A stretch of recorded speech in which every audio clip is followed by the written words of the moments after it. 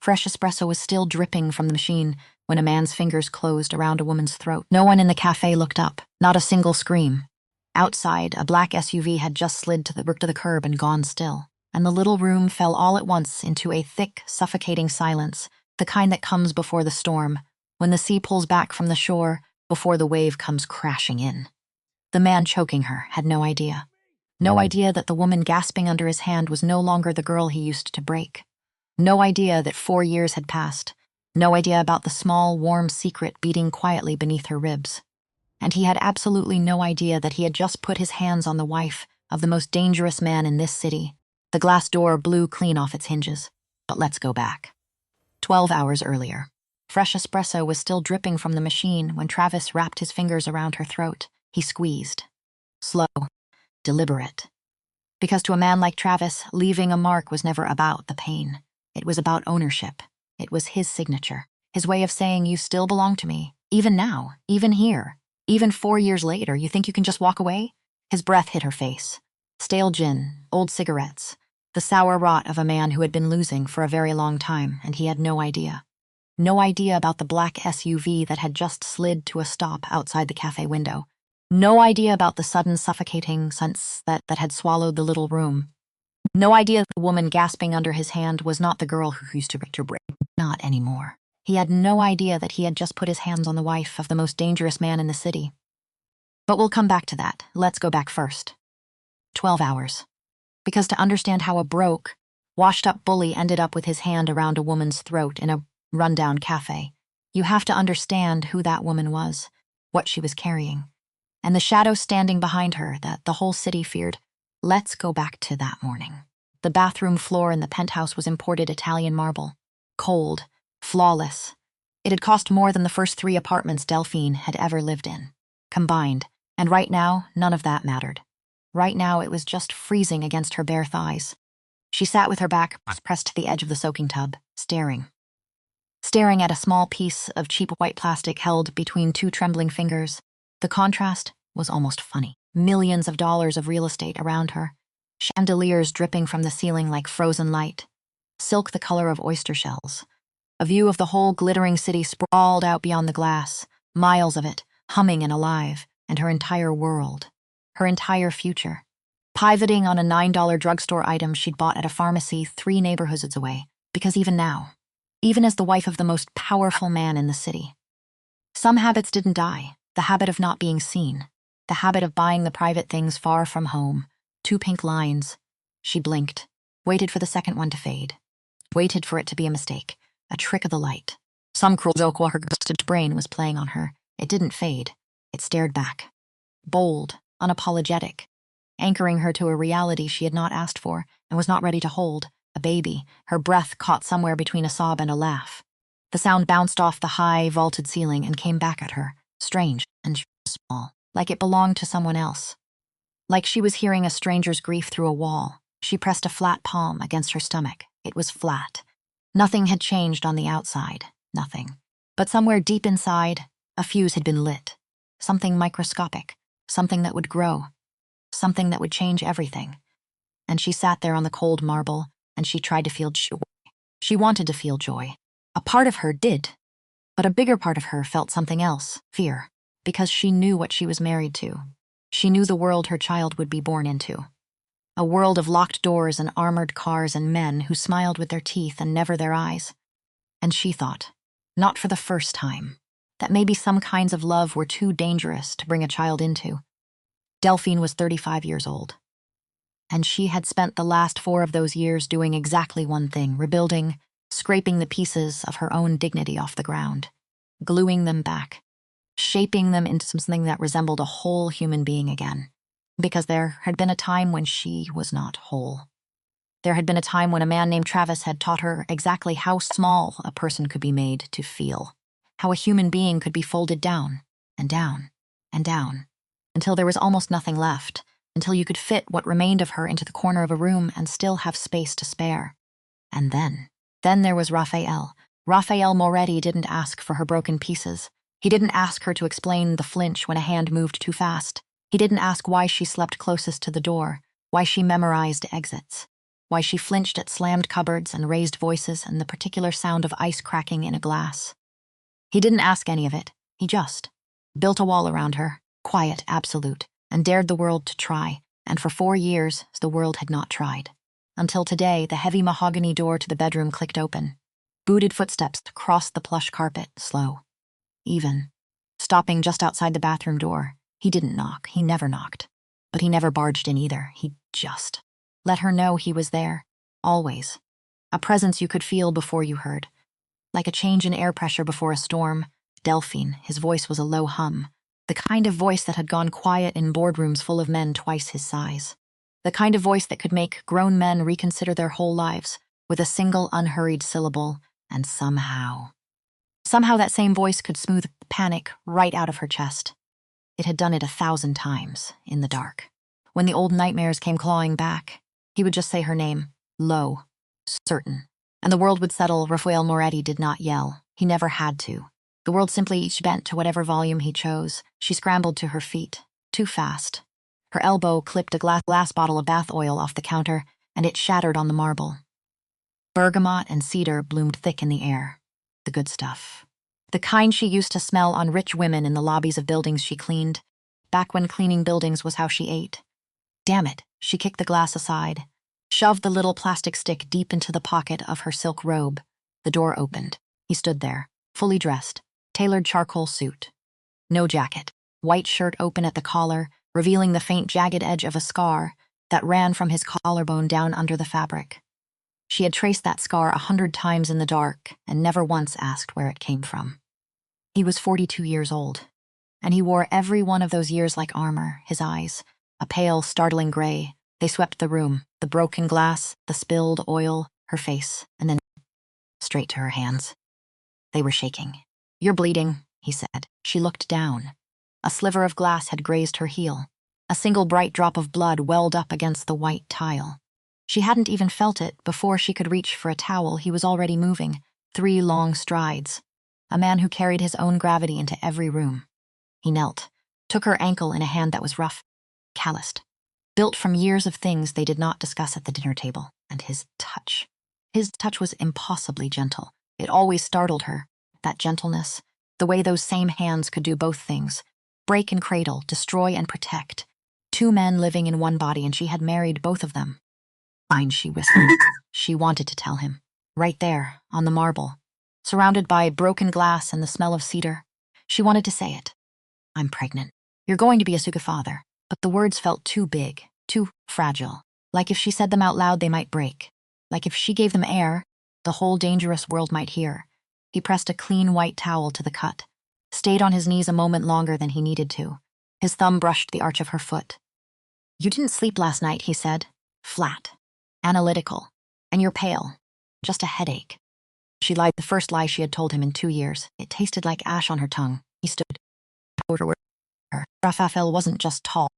He was broad, built like a wall wrapped in expensive wool. And he studied her face the way other men studied the stock market. Reading the micro-expressions, the tension in her jaw, the way her left hand had drifted, protective, to the pocket of her robe. He knew her too well, but he didn't push. "I have a meeting at the docks," he said quietly. His knuckles grazed her cheek. "Take the day, rest. I'll have Bruno wait downstairs if you need to go out, Bruno." His shadow, his right hand. The man who solved problems that did not have polite solutions. "I don't need a babysitter, Rafael. I might just grab a coffee later." His gray eyes hardened. "A fraction, a millimeter of frost. You are my wife. You do not walk this city unprotected."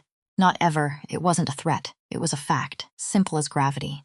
Because that was what she was now. The wife of the head of the Moretti syndicate. Half the city paid Rafael for protection. The other half prayed they never crossed his path. And a woman married to a name like that did not simply walk down to the corner for a latte. She moved with a convoy. She was watched. She was guarded. She was, in the cold arithmetic of that world, an asset to be protected and a weakness to be exploited. Both at once. Always at once. She said, "Bruno can drive me." He leaned down, pressed his lips to her forehead. Long, warm, grounding. "I'll be home by 6. And then he turned and walked out. His footsteps fading down the long hallway until the penthouse swallowed the sound. She pulled the test back out of her pocket. The second line was still there. She was carrying the heir to a criminal empire, and all she wanted in the whole world was a decaf latte from a place that didn't know her last name. A place where she could be nobody again, just for an hour. Just a woman with a paper cup and a secret and a quiet, terrified kind of hope. She did not know that by the time the sun went down, everything would be different. She did not know that the past she thought she'd buried was about to walk back through a cafe door. The air outside was thick with mid-morning humidity. The city smelled of hot asphalt and exhaust, and the sweet, yeasty warmth of bakeries firing up for the lunch rush. Delphine sat in the back of the black Lincoln Navigator, and up front, Bruno drove in silence. She appreciated that about him today. Bruno was a mountain of a man, shaved head. A neck tattoo she'd never asked about, hands had the size of dinner plates. He didn't speak unless spoken to, and when he did speak, it was in short, flat sentences that landed like dropped stones. There was nothing decorative about Bruno, nothing wasted. He was, she had come to understand, over 4 years, the most loyal creature she had ever known. Loyal to Rafael the way a mountain is loyal to the ground, immovable, ancient, certain. And her mind. Her mind was a chaotic loop, ultrasound appointments, nursery colors, tiny socks, and underneath all of it, threading through all of it, the cold, quiet terror of what it meant for a man like Rafael to have a weakness. A vulnerability the whole city could see. A child, because that was the thing nobody told you about happiness. When you have nothing, you can't be hurt. When you have everything, you can be destroyed. And she was about to have everything. Pull over here, Bruno. She tapped the glass, his eyes flicked to the mirror, his brow pulled tight. Here, Mrs. Moretti? This isn't our sector, I know. I just want to walk for a minute. Please. He didn't like it. She could see it in the set of his shoulders, his loyalty to Rafael warring with her direct order. Bruno lived in that narrow space between two commands. Protect her, obey her, and when the two collided, you could watch the gears grind behind his eyes. But finally, a curt nod, he eased the massive SUV into a spot near the corner of 4th and Elm. It was a grittier neighborhood, faded brick, fire escapes clinging to the walls like iron ribs, sidewalks cracked by the roots of old oak trees that had been fighting the concrete for 50 years and slowly, patiently winning. And she knew it. She knew every crack in that pavement. Because this was where she used to live. Back when she was scraping by. Back when she was with Travis, she didn't know why she came here. That wasn't true. She knew exactly why. She just didn't want to say it. Even to herself, she came here because she was about to become a mother. And before she could step into that enormous new thing, some animal part of her needed to come back and look at where she started. To stand on the bottom rung and look up at how far she'd climbed.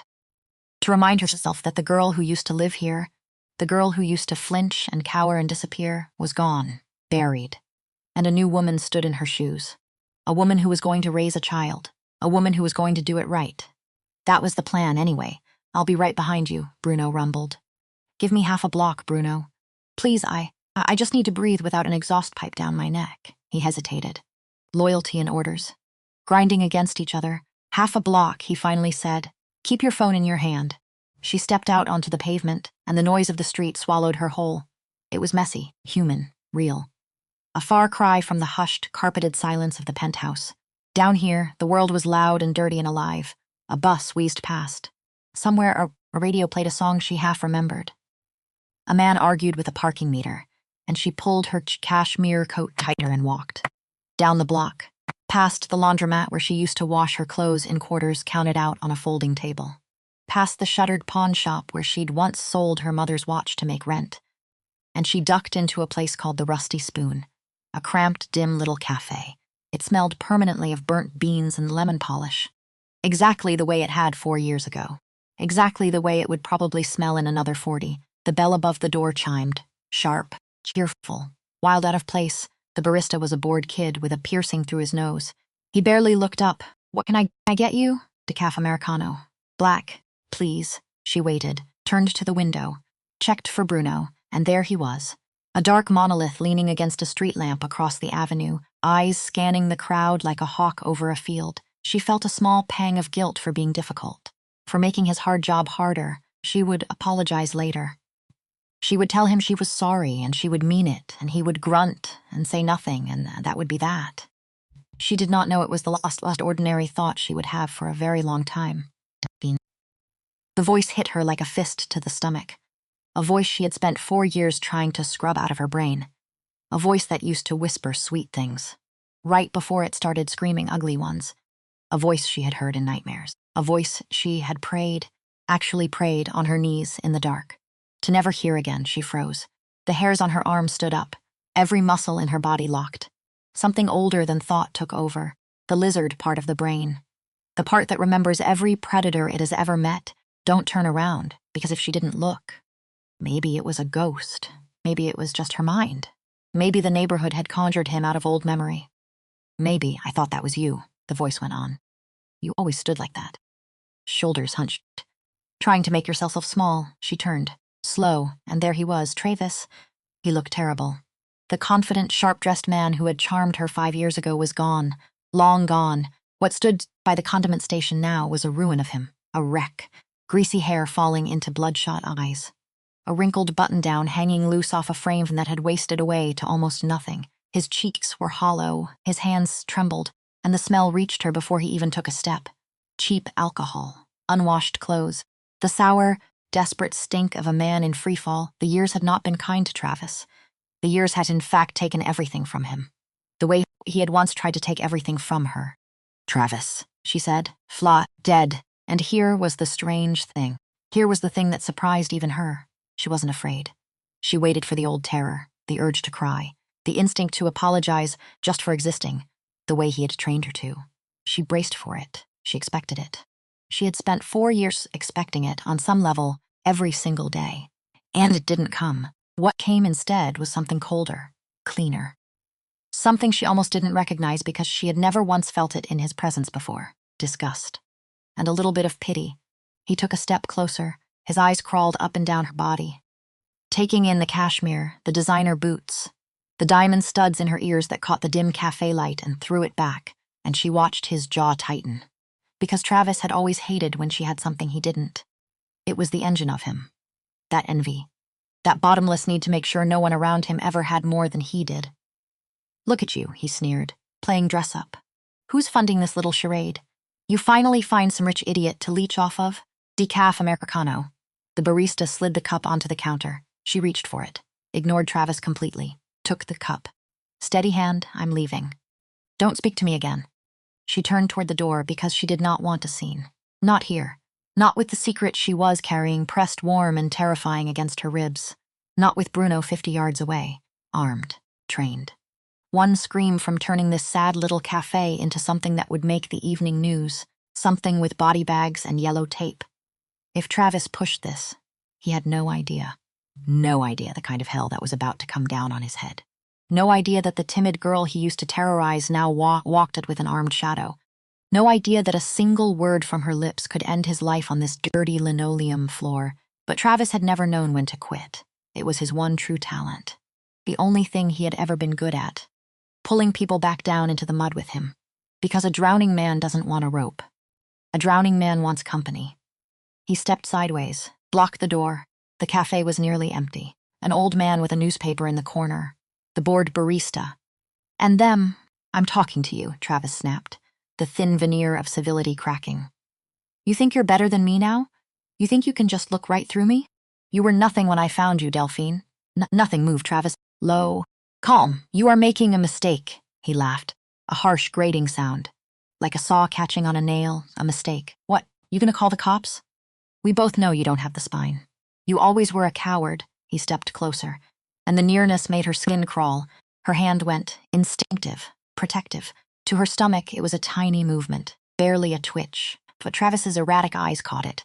He looked at her hand. He looked at her waist, and then his gaze snagged on the emerald-cut diamond on her left hand.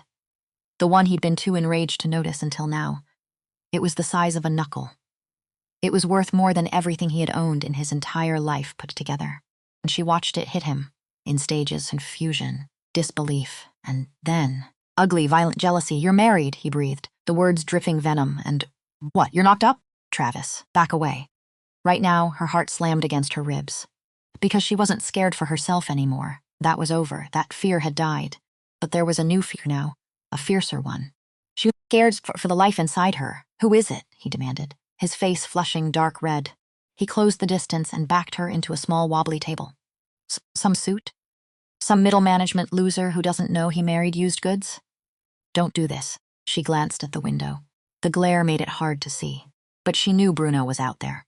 And she knew that if she screamed, he would come through that glass like the wrath of God.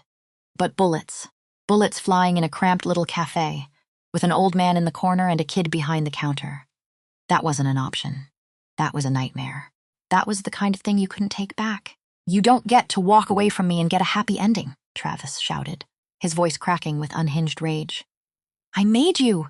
You owe me. The old man in the corner finally looked up, eyes wide. The barista reached, slow and careful, for the phone behind the counter, and Travis lunged. It happened with the sudden chaos of a car crash. He didn't grab her arm. He went for the throat. His signature, his ultimate assertion of control. The thing he had done to her 100 times in that old apartment, in the dark, when the liquor turned him into something with no soul behind its eyes. His hand, clammy, trembling with rage, clamped around her windpipe, and the force drove her back into the edge of the table. Pain shot up her spine, sharp, white. The Americano flew from her hand. The lid popped off. Dark liquid splashed across the linoleum and soaked the frayed cuffs of his jeans. You think you can just replace me? His fingers dug into the soft tissue of her neck. Her air was gone. Just like that. In an instant, panic, cold and primal, spiked through her veins. She clawed at his wrist, nails digging in, trying to pry him loose. But he was stronger than he looked, fueled by liquor and a bruised, pathetic ego and years of accumulated failure that had all curdled into this. Into rage. Into the need to squeeze the life out of the one person he'd ever managed to make smaller than himself. Black spots at the edges of her vision. The cafe went dim and swimmy. The old man's, the kid's hand on the phone, the window. Bruno's silhouette across the street, still oblivious, still scanning the wrong direction. And underneath the terror. Under the panic, something else, something new. Roared to life because she wasn't a victim anymore. She was a mother. And she was a Moretti. She stopped clawing. She drove her knee up. Every ounce of leverage she had left. It wasn't clean. It wasn't trained. But it caught the inside of his thigh, hard. Travis grunted, his grip loosened. A fraction, she sucked in a ragged, burning breath, fire down her throat, sweet, sweet air, and at that exact second, the bell above the cafe door did not chime. It snapped clean off its hinge as the heavy glass door was kicked open. The sound was like a gunshot in the small space. Travis jumped, his head whipped around. But his hand stayed on her throat, and the temperature in the room dropped. It wasn't Bruno who walked in first. Bruno was right behind him, hand already deep inside his coat, face a mask of lethal purpose, but leading the way. One step ahead. Filling the doorway was Rafael. He must have tracked her phone. Must have finished his meeting early. Must have felt some cold instinct pull at him from across the city. It didn't matter how. What mattered was his face.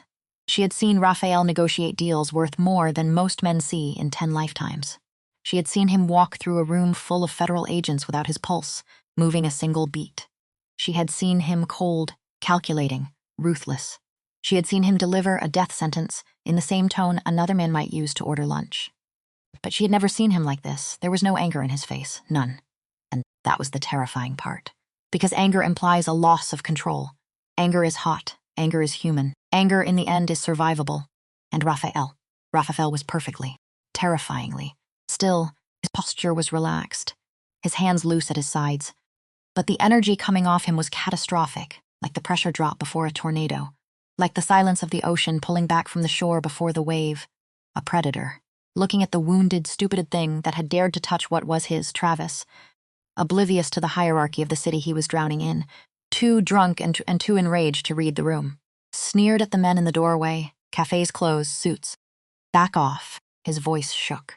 Bravado he didn't have, and he tightened his grip on her neck, trying to use her as a shield.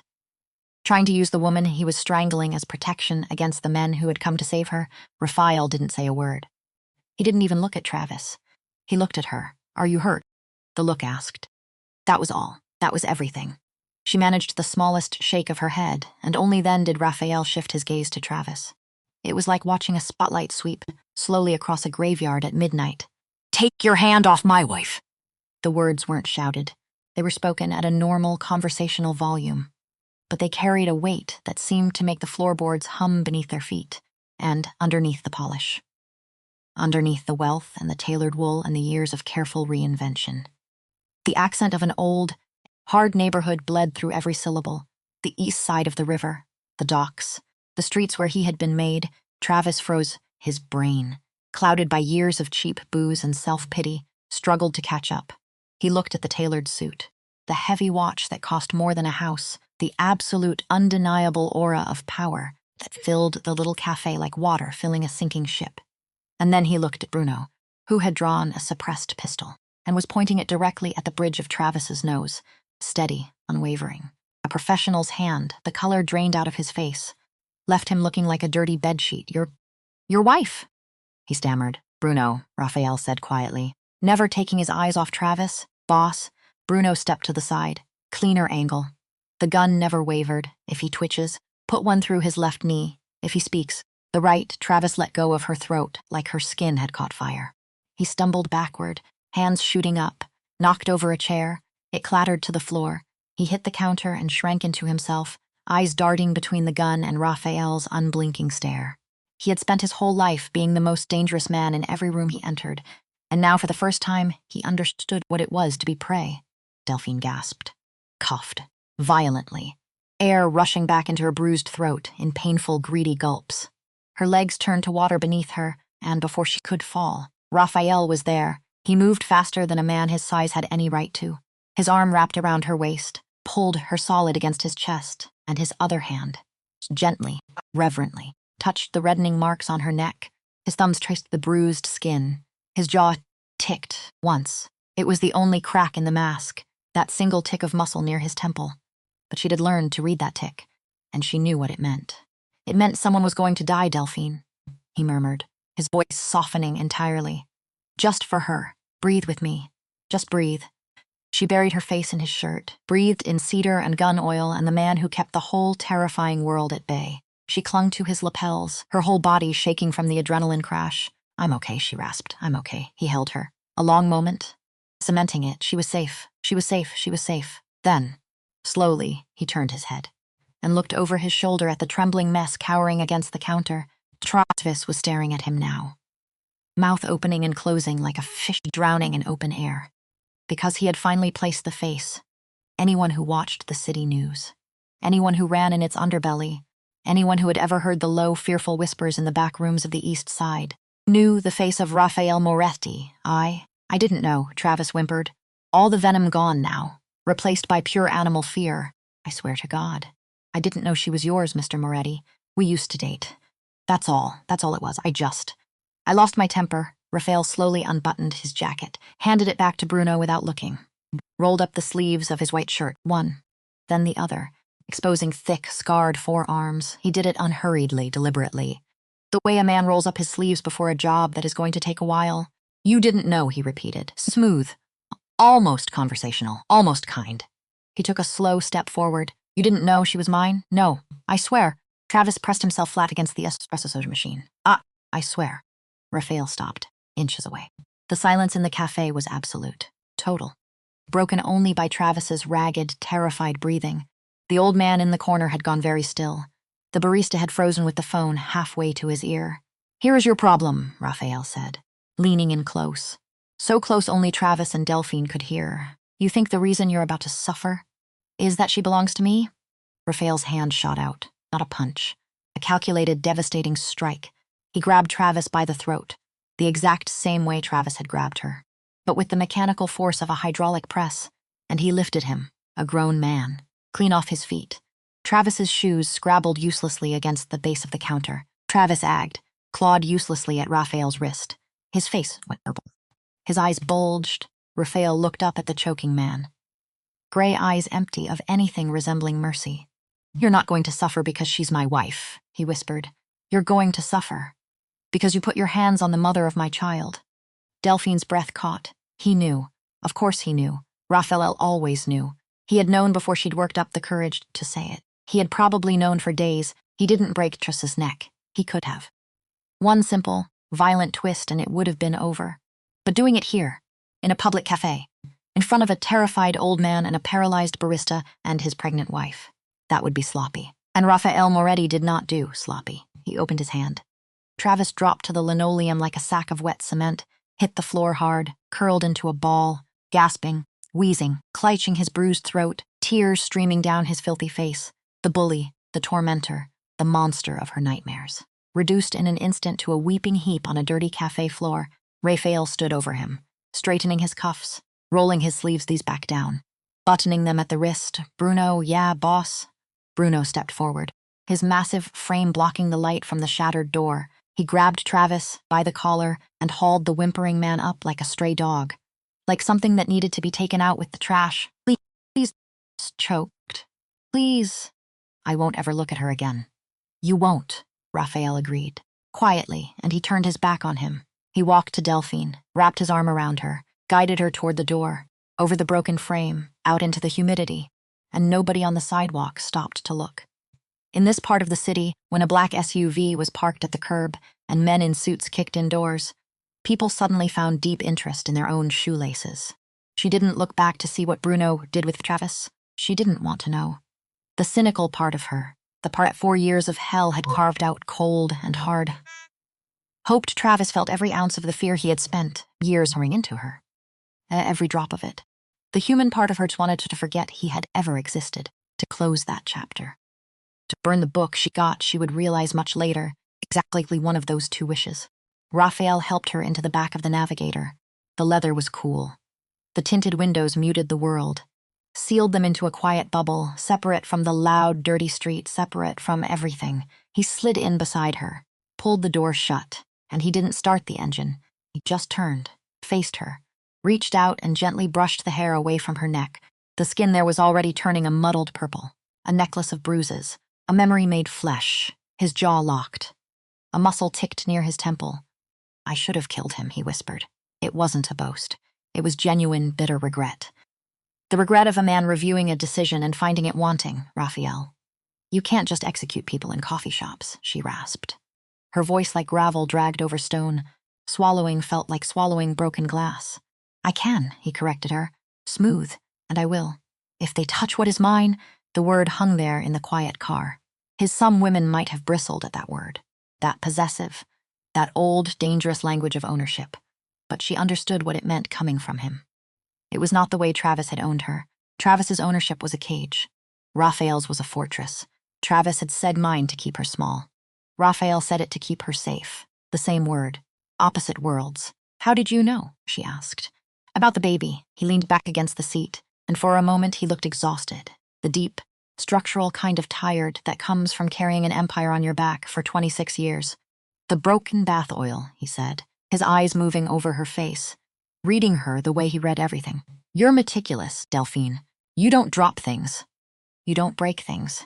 You were distracted. Your left hand never left the pocket of your robe. When I touched your cheek, your pulse was racing, and it wasn't fear. I know what your fear looks like. This was something else." She let out a shaky breath. "And you haven't touched wine at dinner in 3 weeks. You switched your morning espresso to a flat white. You've been tired in a way you haven't been tired before. And today, you ordered decaf," he shrugged. "Slight. I'm not a fool. I observe the things I care about, and I care about very few things. Which means the things I do care about, I watch very, very closely." "I was going to tell you tonight," she whispered, and the guilt finally cracked her composure. A single hot tear rolled down her cheek and dropped onto the cool leather. I needed to wrap my own head around it first. I took the test this morning, 2 lines.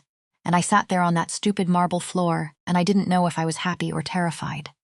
I still don't know, Rafael. God help me, I still don't know. Rafael didn't say anything at first. He moved closer, wrapped his arms around her, pulled her into his chest, and she buried her face in his shirt and let the tears come. Really come, the whole flood of them. And she cried for the terror in the cafe, for the ghost of the girl Travis used to beat down, for the bruises on her neck and the fear in her chest and the sheer, impossible, unbearable weight of bringing a child into this dark and violent world. He held her through all of it, his hand stroking the back of her head. Slow, rhythmic, anchoring, patient. He did not tell her to stop crying. He did not tell her it was fine. He just let her fall apart in his arms. Because he understood, better than anyone alive, that sometimes a falling apart is the only way through. You don't need to apologize. He rumbled against her ear when the storm finally passed, And you don't need to carry this alone. Not anymore. Not any of it. Do you hear me? Whatever you feel. Terror. Joy, both at once. You bring it to me. That's what I'm for. The driver's door opened. Bruno slid in. He didn't look back. Just started the engine, hands steady on the wheel, and there was a faint smear of blood on his right knuckle. She squeezed her eyes shut and held onto Rafael tighter, and she did not ask. The penthouse felt different when they returned. It wasn't just an apartment anymore. It was a fortress. In the 90 minutes since the café, Rafael had already turned their home into a secure perimeter. Steel deadbolts and engaged on the private elevator. 2 of his most trusted men watching the security feeds down the hall. The soft, curated luxury of the place now had a hard edge underneath it, like a velvet glove over an iron fist by the time she had showered. Scrubbed the smell of the café and Travis's sweat off her skin until it went pink and raw. She walked into the master bedroom in soft cotton sweatpants and one of Rafael's oversized shirts, and there was an old man sitting on the edge of the chaise, packing a medical kit, Dr. Halloran. A brilliant physician who had lost his license a decade ago for refusing to testify against the Moretti family. He'd chosen prison and disgrace over betrayal, and Rafael had never forgotten it. Now Halloran made house calls to people who couldn't walk into an emergency room, people with bullet holes, knife wounds, or in her case, choke marks. The bruising looks worse than the actual damage, Halloran said, adjusting his wire-rimmed glasses. He spoke to Rafael, who stood by the window with a tumbler of amber liquid he hadn't touched. Ice for the swelling. Soft foods for a day or 2. The trachea is intact. She'll be sore, she'll be tender. But there's no lasting harm. And the baby? Rafael asked.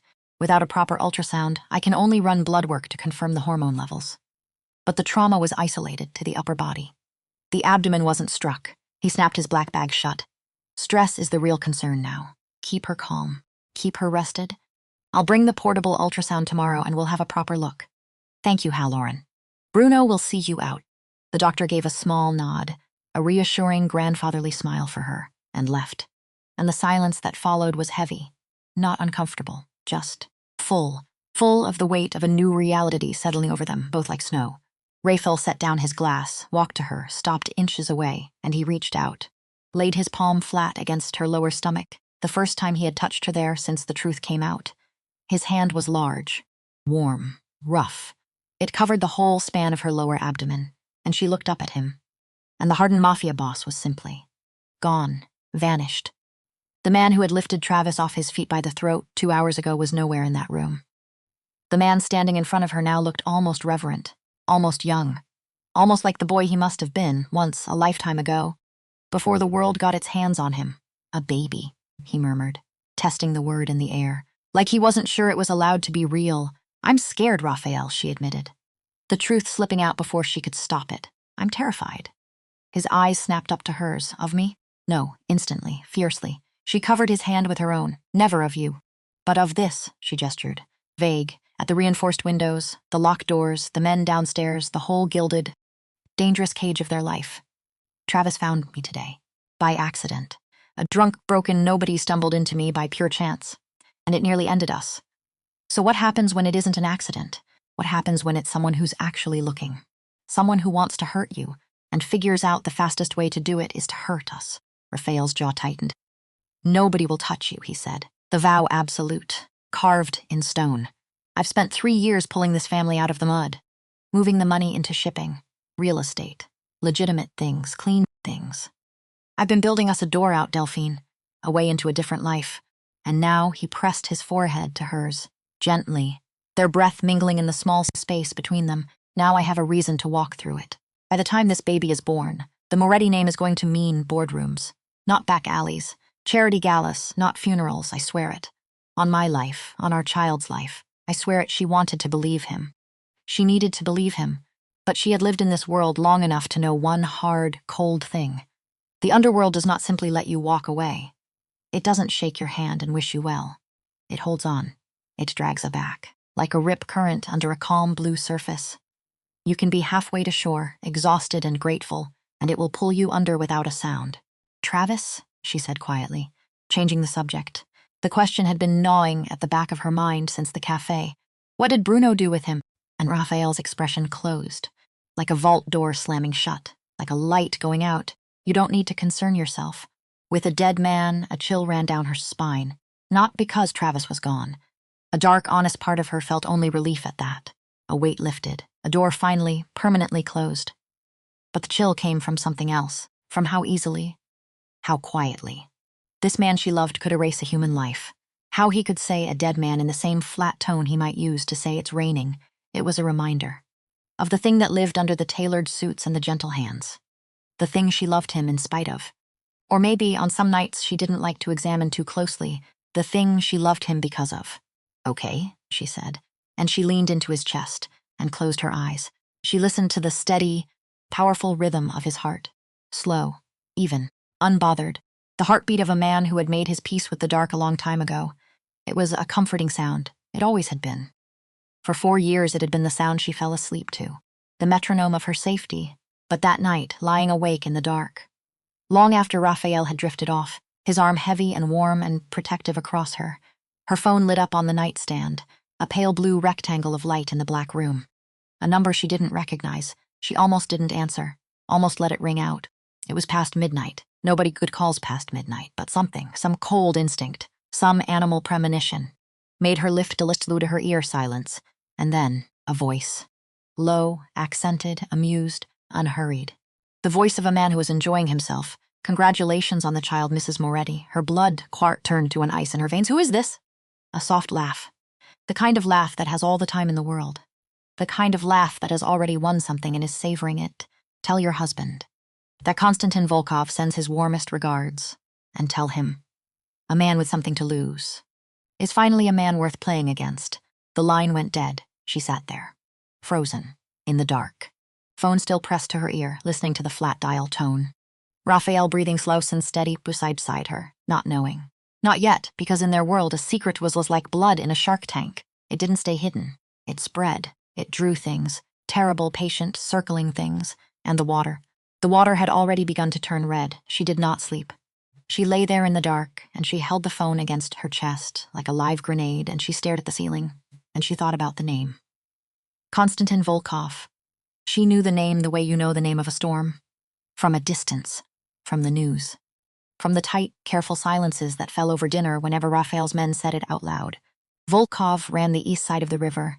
The docks, the shipping lines Rafael had been trying to buy out and turn clean. 2 kings, 1 city, and an uneasy, decades-old truce that had held, barely, for years. And now Volkov knew about the baby. She should wake him. She knew that. Any sane woman married to a man like Rafael would shake him awake right now and tell him every word. Except she was scared of what he would become when she did, because she had seen his face in that cafe tonight, the stillness, the catastrophic quiet, and that had only been Travis. A washed-up nobody, a drunk. What would he become? When the enemy had a name, and an army, and a fortress of his own, and a reason. So she waited. She waited until the gray light of morning bled through the reinforced glass. Until the city outside began to wake and rumble and breathe. Until Rafael stirred and reached for her the way he always did, his arm heavy and warm across her waist, his hand finding her stomach without even thinking about it now. Already a father. Already reaching for the thing he loved most. You're awake, he murmured. Voice rough with sleep. I couldn't sleep. The neck? No. She turned in his arms, faced him, and she saw the exact moment he read it, the fear in her eyes, the way she was holding the phone against her chest like something that might go off. He went still. What happened? Not a question. Never a question. With Rafael. It was always a demand for the truth, delivered soft as a knife going in. She told him every word. The number she didn't know, the voice, the accent, the name. Konstantin Volkov sends his warmest regards. And she watched it happen. Right there in the gray morning light, she watched the man who held her every night. The man who touched her stomach like it held the whole universe. She watched him disappear, piece by piece and in his place. Rising up from somewhere very deep and very old, the ghost. The thing the streets whispered about. Rafael sat up, slow, the sheet falling away from the scarred wall of his chest. He didn't shout. He didn't curse. He didn't move quickly at all. He just stared at the far wall. And when he finally spoke, his voice was so quiet she had to lean in to hear it. He called you? Yes, he called my wife. On her phone? In my bed, Rafael. He wants me to know. A slow nod. To himself. Working it out. He wants me to know he can reach into my home, into my bed, and touch you. That's the message. Not the words. The words are nothing. The call itself is the message. He turned to her, and his gray eyes were the color of a gun.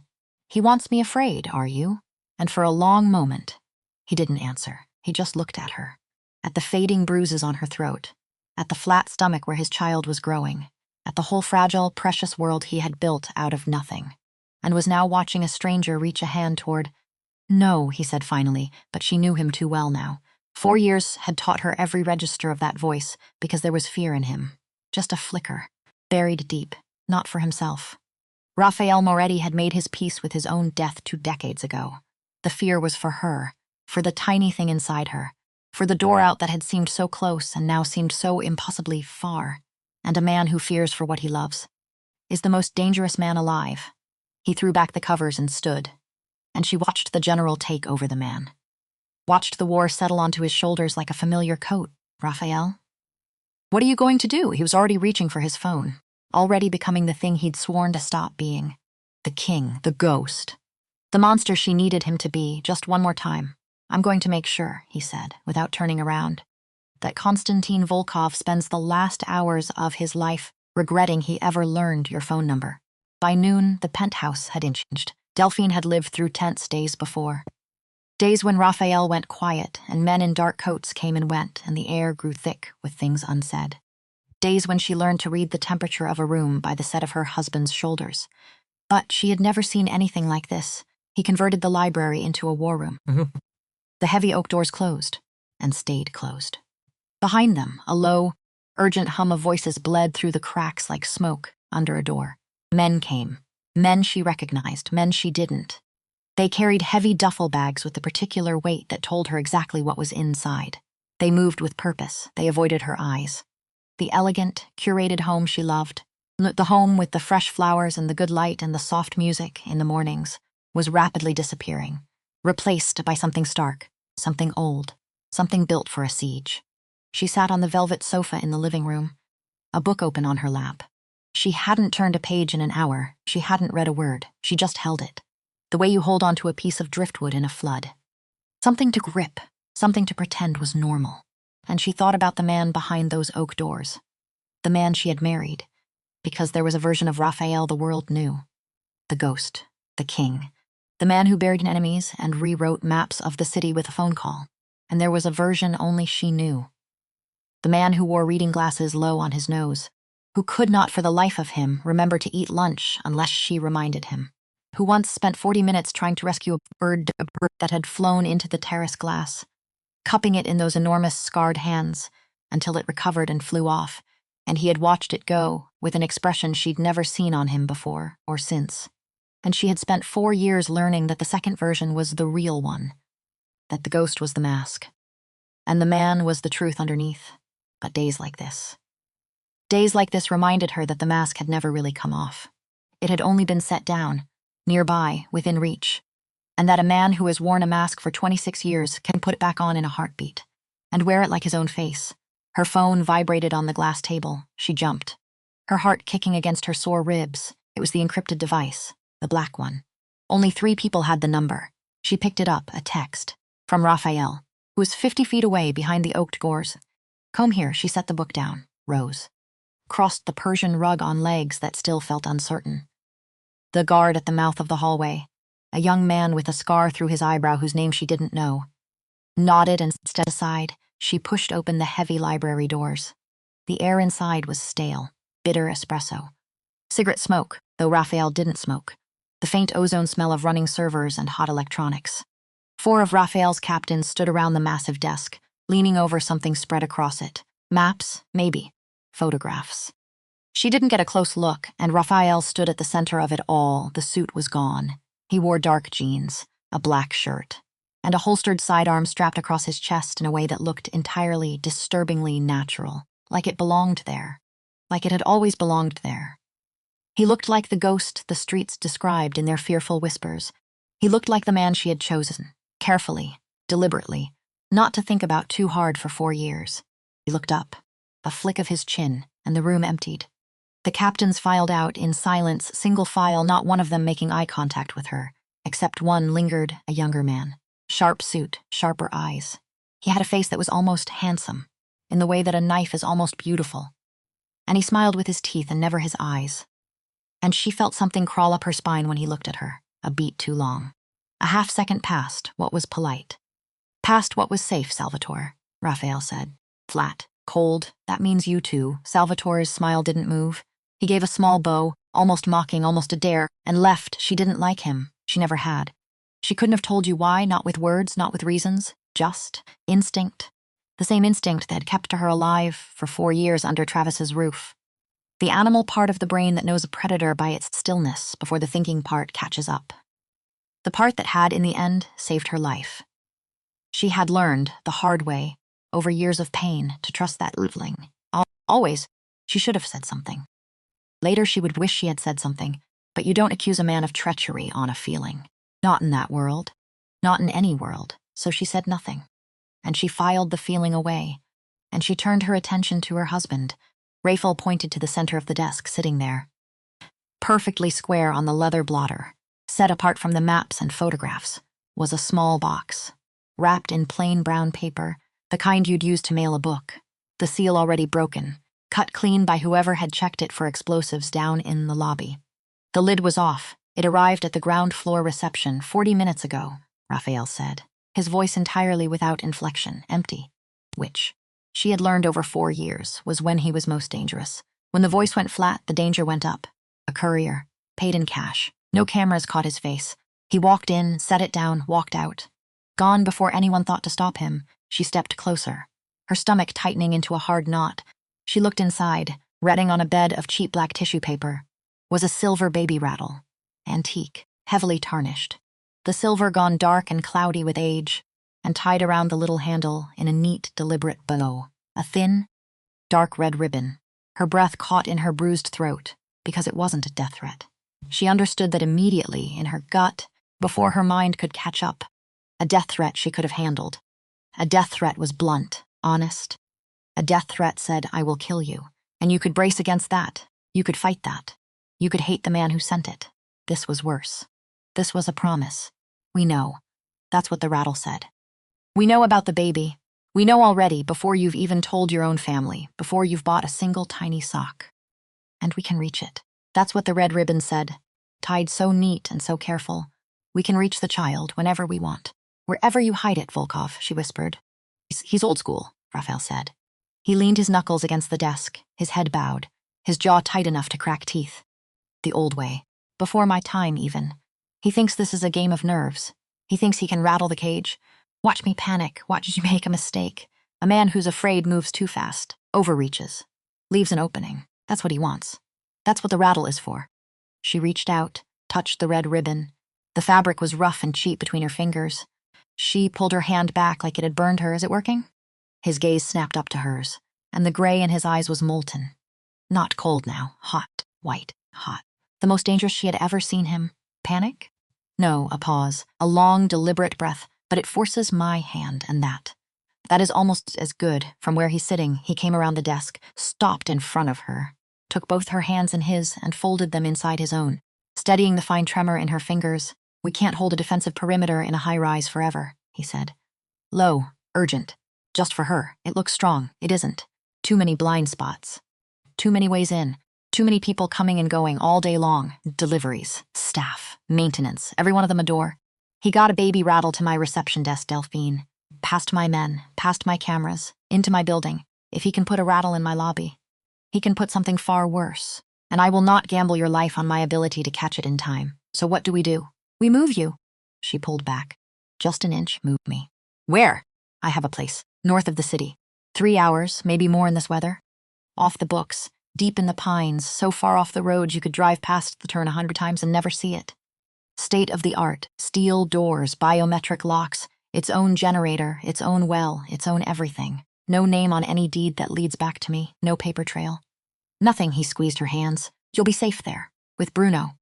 And a 4-man team on the perimeter. You stay there, off the grid, invisible, until I pull Volkov out, by the roots.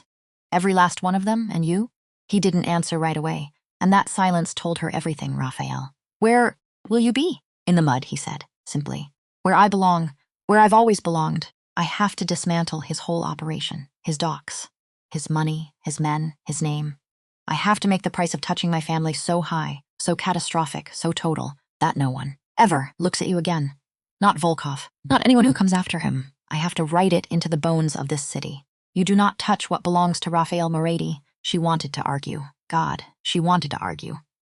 The words rose up in her throat. We have money. We have more money than we could spend in 10 lifetimes. We could disappear. Tonight, change our names.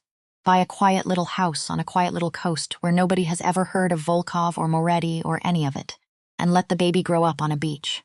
Not knowing, never knowing, never once flinching at a slammed door, but that was a fantasy, and she knew it, and she had always known it, because men like Rafael Moretti did not get to disappear. The world did not permit it. You kept your throne, or you were buried under it. There was no third door. There had never been a third door. She had married a man who lived inside that exact brutal arithmetic. She had known it going in, and she had said yes anyway. Okay, she whispered, okay. But you come back to us, Rafael, you hear me? You promised me a transition. You promised me boardrooms. You do not get to make me a widow before this child is even born. You come back. He brought her hands to his lips, kissed her knuckles once, twice. His eyes closed. I'll build the boardroom on his ashes, he said. Pack a bag, just the essentials. Nothing that can be traced. You leave tonight. Under the cover of the storm coming in off the coast. By morning you'll be somewhere where no one alive can find you. He was wrong about that. But neither of them knew it yet. But that night before the storm, there was a dinner because Rafael Moretti did not run from a fight. Not once in 26 years. And a king who is about to send his queen into hiding does one thing first. He sits at the head of his own table, in his own home, surrounded by his own men. And he lets every single one of them look him in the eye to see if any of them look away. To find if there is one, the crack in the wall. The traitor at the feast, 6 of his captains came, the men who ran the daily machinery of the syndicate, the ports, the trucking. The money laundered clean through 100 legitimate storefronts. These were the men who had risen with him, who had bled with him, who had, some of them, known him since the old days on the east side when they were all just hungry boys with nothing to lose, and Delphine did what she always did on nights like this. She made a brief appearance. She poured a round for drinks with a steady, gracious hand. She smiled the practiced smile of the boss's wife, a picture of domestic stability, a quiet, deliberate reminder that the ghost was also a man with a home, a wife, a dynasty, a reason, in other words, to be reckoned with. The dining room was thick with cigar smoke and the rich, heavy smell of roasted lamb. She stood by the sideboard in a high-necked black dress, the silk scarf at her throat hiding the last yellow ghost of the bruise, and she watched the men eat. She watched them talk. She watched the old, easy rhythms of loyalty and hierarchy play out around the long mahogany table, and she watched Salvatore. He sat at the far end of the table, directly opposite Rafael, the seat of the second in command. The seat, she understood now, of a man who had begun to want the head of the table for himself. And he ate his lamb with aggressive, precise little cuts. Sawing, stabbing. There was something angry in the way he ate, something hungry that had nothing to do with food. He ran the ports on the east side, a rich, lucrative operation, which gave him leverage, which gave him money, which gave him confidence, too much of it. The unions are pushing back on the new shipping schedules. Boss, Salvatore said, not looking up from his plate. Casual, too casual. We should make an example of a couple of the strike leaders. Break a few knees. Remind everyone who signs the checks around here. It's how your predecessors would have handled it. It's how Sabatini would have handled it. The mention of the old man's name was a needle, and everyone at the table felt it go in. No, Rafael said. Even not looking up either, we negotiate. Violence brings the feds, and the feds bring subpoenas, and subpoenas bring the end of everything I've built. Those routes are going legal. Illegal. And legal cargo are at broken knees. Sabatini is dead, Salvatore. And the world he ran in died with him. Salvatore scoffed, a short, ugly sound. Contempt made audible. He dropped his knife onto the china plate. It clattered, loud, deliberate, and the whole table went dead silent. Every man in the room understood, in that instant, that something had shifted, that a line was about to be crossed. Legal, Salvatore repeated. Leaning back in his chair, he looked around the table, slowly, searching each face, seeking backup, seeking one ally, one nod, one flicker of agreement from the older men who had known the old ways. But none of them met his eye. Every man at that table found something fascinating in his own wineglass. With respect, Rafael. You've been talking about going legal an awful lot lately, pulling back, softening up. And meanwhile, we're bleeding territory to Volkov. Bleeding it. Because you won't authorize a single strike on his warehouses. There are men at this table who are starting to wonder. Rafael slowly wiped his mouth with a linen napkin, folded it, set it down beside his plate, and the silence became suffocating. It pressed on the room like deep water. Are you questioning my leadership, Salvatore? His voice was a low purr, soft, almost pleasant, the exact same tone he had used with Travis in the café, right before he lifted him off his feet. And Delphine felt her whole body go cold, because she knew that voice. She knew, better than anyone alive, exactly what came after that voice. I'm questioning your focus, Salvatore countered, bolder now, committed. A man who has stepped off a ledge and can only fall forward, and then? Then he made his mistake. The mistake that sealed his fate. His eyes flicked, just for a second, to her, standing by the sideboard. Word on the street is there was a mess at a coffee shop a few days back. Some junkie put his hands on your wife. In public, in broad daylight. A junkie who somehow got right past our impenetrable security. You handled it, sure, but the fact that it happened at all. People talk, Rafael, and they're saying you're distracted. Her stomach plummeted through the floor. She kept her face blank. Hands clasped in front of her, every muscle in her body screaming to run, but she felt the blood drain from her cheeks. And the scarf around her neck suddenly felt like a noose pulling tight, and distraction. Salvatore went on, twisting the knife. Watching her now as he spoke, letting everyone see him watch her. Distraction is a liability, especially. If there's a reason you've got her locked up in this tower lately, a special reason. A vulnerability, maybe. Something worth protecting. Something worth exploiting. The room stopped breathing. He knew. Not the details, not everything, but the scent. He had caught the scent. Someone had talked. Someone at the pharmacy where she'd bought the test. Someone in Halloran's office. A loose word from a guard. A whisper on the wind. In this life, paranoia wasn't a disorder. It was a survival skill. It was oxygen. And Salvatore had caught the scent of blood in the water.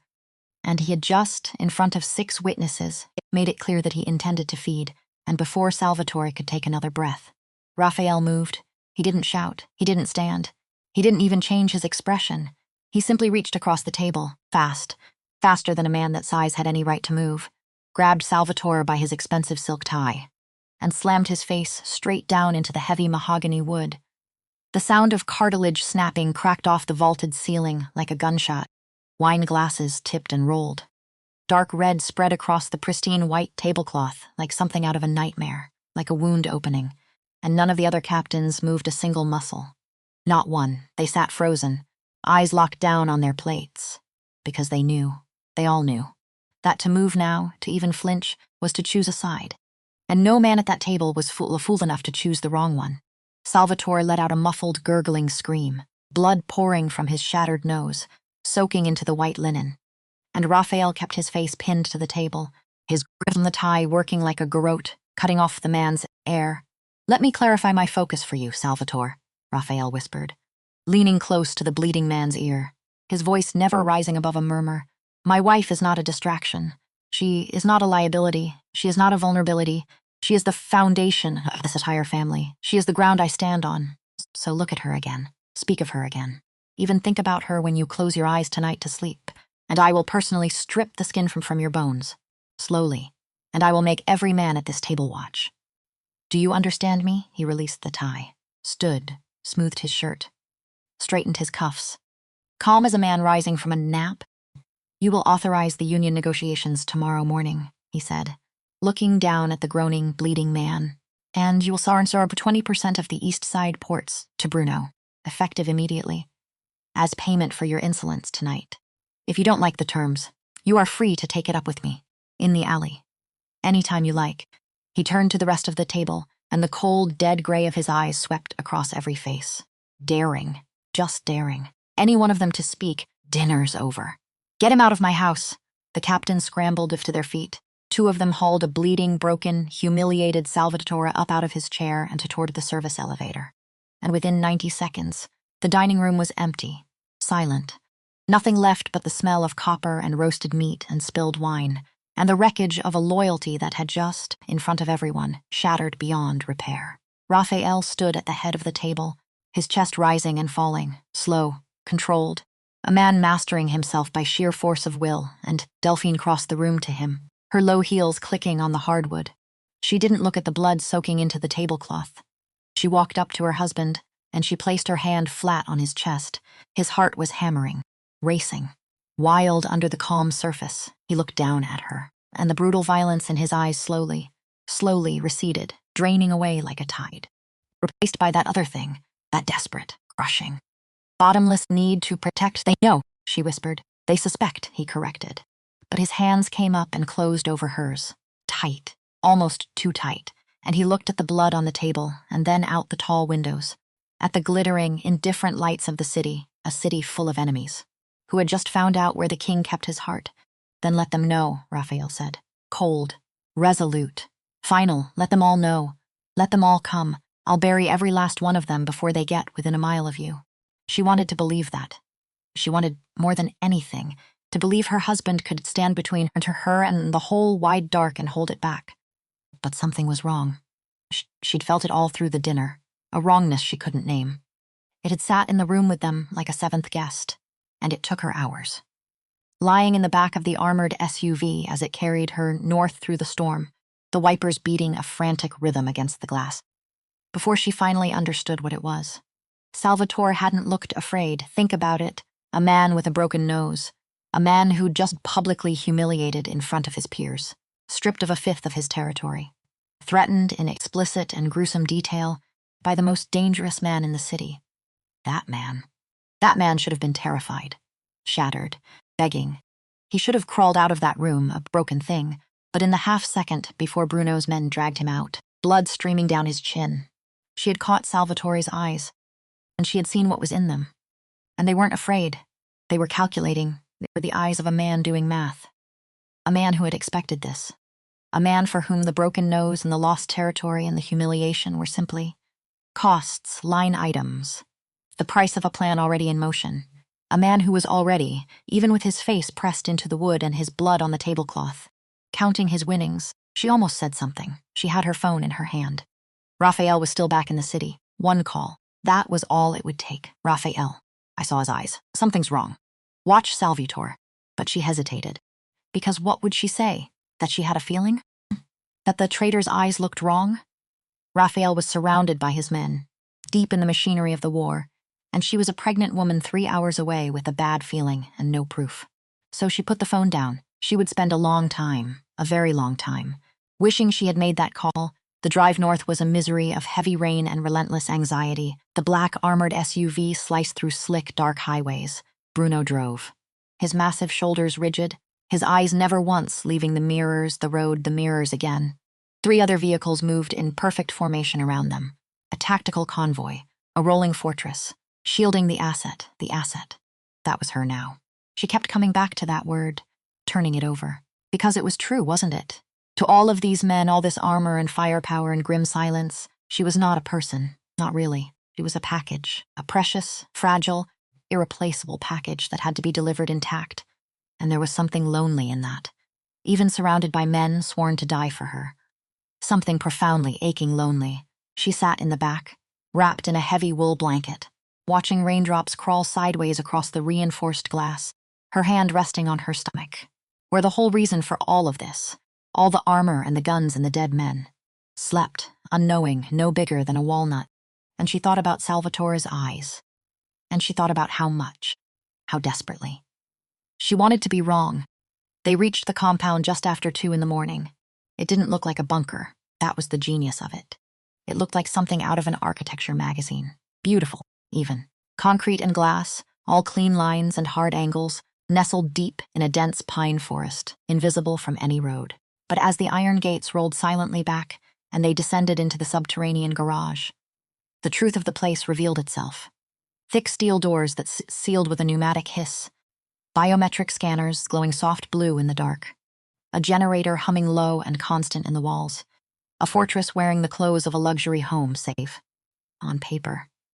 Safe for the first 24 hours, the silence was almost worse than the fear. She paced the length of the massive living room. Back and forth, the floor-to-ceiling windows, supposedly bulletproof, rated to stop a rifle round, looked out into a wall of dark, wet Whisperings trees. Bruno sat in the corner, a radio earpiece coiled around his neck, cleaning a disassembled pistol with slow, methodical, endless patience, laying each piece out on a cloth, wiping it, oiling it, reassembling it, then taking it apart to begin again. The eternal ritual of a man who understood in his bones that a clean weapon is sometimes the only thing standing between you and the grave. "You need to eat, Mrs. Moretti," he grumbled, not looking up from the slide of the weapon. "Halloran said to keep your blood sugar level. For the little one." "I'm not hungry, Bruno." "Didn't ask if you were hungry." He fitted a spring back into place with a soft click. "Said you need to eat." She stopped pacing, and she managed a weak, tired smile. Because Pro was practically a machine, blunt as a hammer. But under the tattoos and scars and the scowl was a fierce, quiet, unbreakable loyalty. And over 4 years, she had come to lean on it, to trust it completely. If the whole world burned down, she knew Bruno would still be standing in front of her when the smoke cleared. Reloading, she went to the kitchen, forced down a piece of dry toast, a glass of water, for the little one, and she thought about Rafael, out there, in the mud, where he belonged. She thought about his hands, the gentle ones and the terrible ones, the hands that cupped a frightened bird and the hands that lifted a man off his feet by the throat, and she wondered, as she stood at that kitchen sink in the dead of night, which version of him would come back to her, if any version came back at all. She thought about a conversation from the night before, in the war room, just before he sent her north, because there had been a moment. Quiet, private, when the captains had stepped out and it was just the two of them, and she had asked him, softly, almost afraid of the answer, "Rafael, do you ever wish you'd never met me that day at the coat check? Do you ever wish you'd just taken your coat and walked out and never looked back and saved yourself all of this?" And he had looked at her like she'd said the most insane thing in the history of the world. "Never," he'd said, his voice absolute. "Not for one single second, not one. You are the only clean thing I have ever touched in my entire life, Delphine. Everything else these hands have ever held turned to ash. Everything, but not you, never you." She held on to that, in the dark house, in the wet forest. 3 hours from the man who'd said it, she held on to those words like a rope thrown to someone hanging over a cliff the second day. Halloran came. He arrived in an unmarked white van, escorted by 2 of Raphael's men, who checked the road behind him 3 times before letting him through the gate. And he set up the portable ultrasound in the master bedroom, and he ran the cold gel over her still flat stomach, and there it was, a sound, rising out of the stat, fast and rhythmic, an impossibly small whoosh, whoosh, whoosh, a heartbeat. She started crying before she even realized it was happening, because in all the terror, all the war rooms and armored cars and silver rattles tied with red ribbon and men with guns in the dark, she had forgotten. For a little while, she had actually forgotten what it was all for. It was for this tiny, frantic, determined drumbeat, this little life that knew nothing of Volkov or Salvatore or the ghost its father had been, this little heart that just kept beating in the middle of a war. Not knowing it was in one, "Everything looks perfect," Halloran said gently, wiping the gel away with a soft towel, his old eyes crinkling, strong heartbeat, right on schedule. "Whatever else is happening in this world, Mrs. Moretti, this little one is doing beautifully. You just keep resting, and you keep that stress down. For both of you, keep the stress down." She almost laughed out loud. Halloran recorded the heartbeat on a little handheld device and pressed it into her palm, for her to keep, for the dark nights, and she did not know it then. But 300 miles south, in a war room thick with smoke and violence and death, Rafael would listen to that same recording, alone, late at night, when all his men had gone, a glass of untouched scotch sweating on his desk. Staring out over the city he was systematically tearing to the ground, for her, for this, for the little heartbeat. The 3rd day was when it happened, late, past midnight. The storm had finally moved off out to sea and left the forest dripping in black and utterly silent. Delphine stood at the kitchen sink. She had forced down another glass of water, for the little one.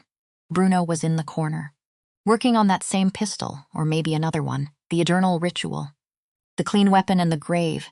She set the glass in the sink, and the power cut out. It wasn't a flicker. It wasn't the storm knocking out a distant line. It was instant, absolute, a total plunge into pure, suffocating blackness, the kind of dark you only find deep in the country, far from any city glow. The kind of dark that presses on your eyes, the low hum of the house. The generator, the servers, the refrigerator, all of it. Died at once, her breath caught hard in her throat. And, in the corner, Bruno was already moving. She heard him before she saw him. The sharp, metallic snap of a magazine sliding home. Before her eyes had even begun to adjust to the black. A second later, the emergency lights kicked on. Low, red, eerie. Bathing the whole beautiful house in the color of an open wound. "Get away from the windows," Bruno said. And his voice had changed. Completely. Dropped an octave. Lost every trace of the gentle grumble.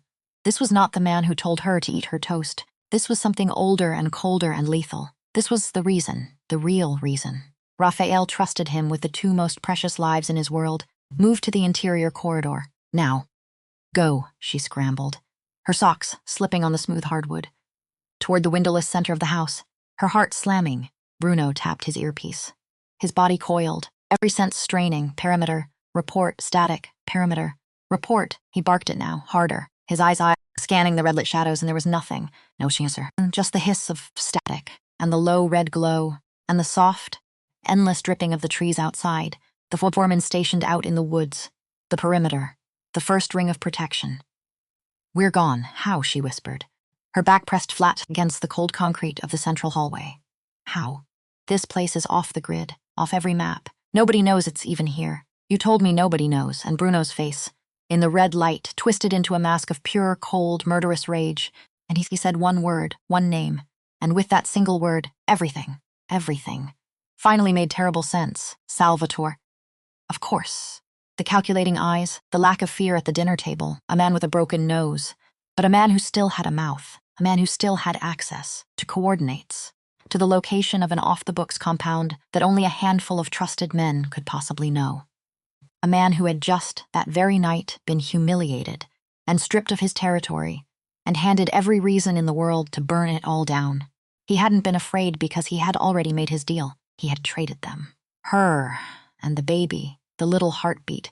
He had sold the location to Volkov, sometime between the broken nose and the door, for a fistful of cash and the sweet, ugly satisfaction of revenge. She had been right. God help her. She had been right about his eyes, and she had said nothing. Bruno, quiet. He held up one enormous hand, his whole body a coiled spring, listening to something out in the dark that she couldn't hear. Something moving, something coming. And then the front of the house exploded. The concussive wave hit her like a physical blow. Slammed the breath clean out of her lungs. Threw her sideways against the concrete. The bulletproof glass of the living room. The glass rated to stop a rifle round. Didn't shatter into pieces, it couldn't. Instead it spiderwebbed, all at once, the whole wall of it going white and opaque. And then it blew inward, in massive, heavy killing sheets. Under the raw force of a military charge, rain and wind howled in through the ruin, bringing the smell of sulfur and cordite and wet black earth. "Stay down!" Bruno roared, and shadows poured through the shattered window frame. 3 men. Full tactical gear. Suppressed submachine guns held tight and professional against their shoulders. They didn't shout. They didn't announce themselves. They didn't hesitate. They moved with the terrifying, fluid, silent precision of men who did this for a living.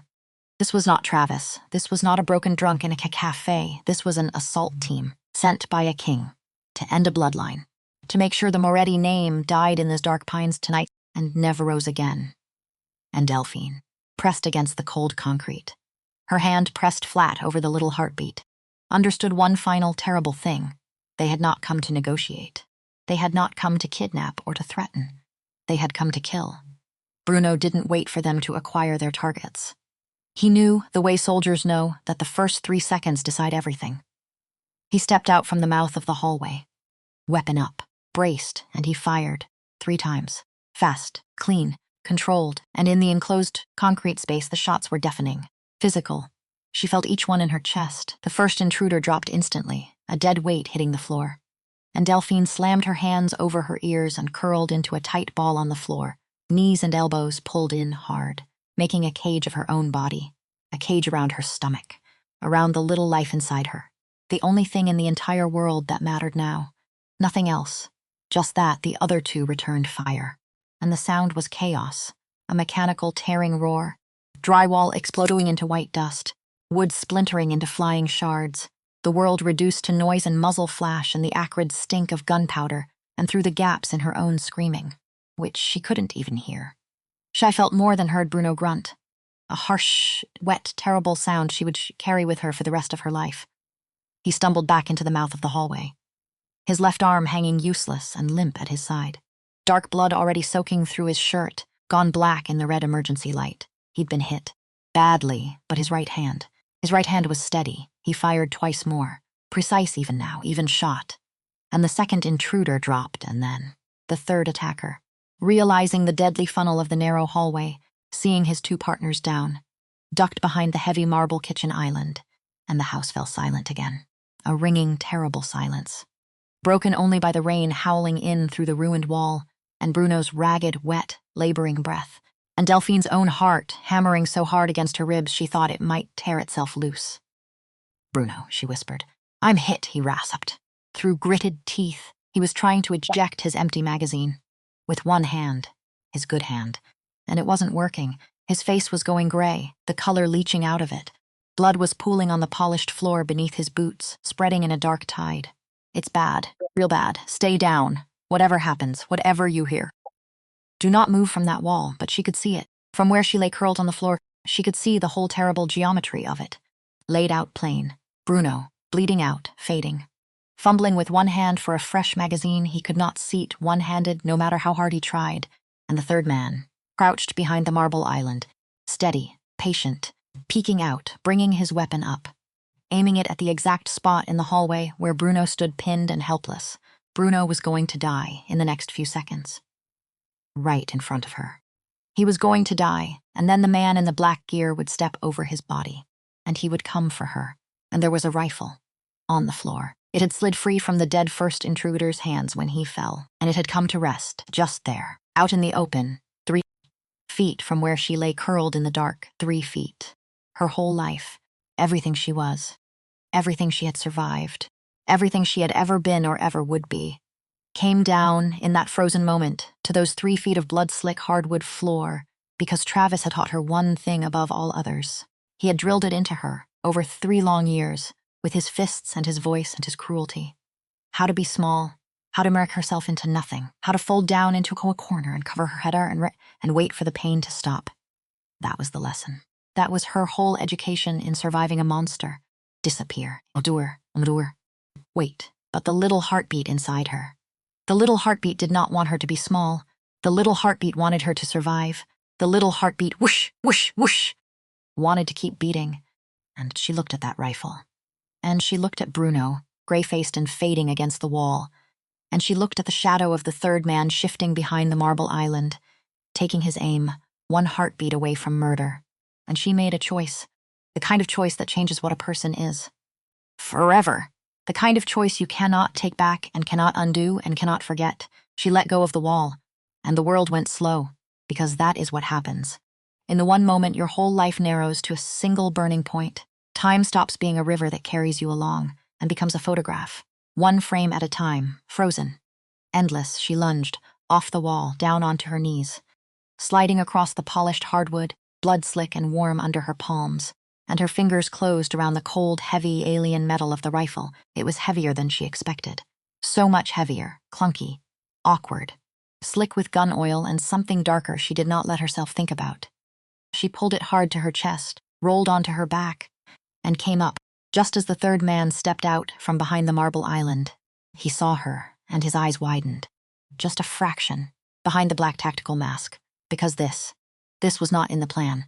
The plan was a bleeding, dying bodyguard and a cowering, helpless, pregnant woman. The plan was easy, the plan was clean. The plan was not this. Not a woman flat on her back on the floor. A rifle clutched against her chest. Her finger already inside the trigger guard, he pivoted his weapon toward her, fast, trained, but a half-second too late, and Delphine did not aim. Because there was no time to aim. There was no time to think, or breathe, or be afraid. There was only the little heartbeat, and the choice she had already made. So she pointed the heavy barrel at the center of the man, and she squeezed the trigger. The gun bucked, violent, jarring. It slammed back into her shoulder, like the kick of a mule, hard enough to bruise the bone. The noise was blinding, white, total. It swallowed the whole world. And she did not let go. She held the trigger down. for 2 full seconds. Because Travis had taught her to be small, to fold up, to disappear, and she was done being small, she was done. Forever, the burst tore into the man's chest, drove him backward, off his feet, into the stainless steel of the refrigerator, and he slid down it, slowly, leaving a long dark smear behind him on the metal. And he came to rest lower, and he did not move again. And then silence, the heaviest silence she had ever known in her life. A silence with weight, with mass. Her ears were ringing, a high sustained, endless whine that swallowed the sound of the rain. The smell of cordite burned deep in her nose, sharp and chemical, and she lay there, flat on her back on the ruined floor. The rifle still clutched against her chest, her hands shaking so violently she could not have pried her fingers off the grip if she tried. Gasping, just gasping. Sucking in air, like a drowning woman breaking the surface. A shadow loomed over her. She flinched hard, tried to raise the barrel again. Some raw animal reflex, kill or be killed. There might be more of them. There might always be more of them. Except a heavy hand came down on the weapon, gentle, and pushed it slowly aside. It was Bruno. Clutching his ruined shoulder, leaning hard against the wall, holding himself up by sheer will, pale as the moon, pale as a ghost, and looking down at her, with something on his broken face she had never once seen there before. Not shock. Well, yes, shock. But underneath the shock, deeper than the shock, respect. You okay, Mrs. Moretti? He rasped, coughing wetly, blood on his lips, threats neutralized. All 3, you did that. That last one. You did that. You. She let go of the gun. And she rolled onto her side, and she was sick. Just water and bile. Onto the pristine, ruined hardwood, her whole body violently rejecting what it had just done, what she had just become. Because she was a mother. Not a killer. She had never, in her whole life, wanted to be a killer. But she would be one. She understood that now, retching on the floor of a shattered fortress in the dark pines. She would be 1,000 terrible things she had never wanted to be, for the little heartbeat. Every single time. Without hesitation, without end, for the little heartbeat. We have to move, Bruno said, his voice straining, fraying at the edges. That was an assault team. Which means there's a cleanup crew, right behind them. Always is. We cannot be here when they, and that was when the engine roared outside. Tires screeched hard on wet pavement. Headlights swept across the ruined living room in a blinding arc, cutting through the red gloom, and Bruno, running on nothing now but instinct and blood loss and iron will, raised his pistol at the front door.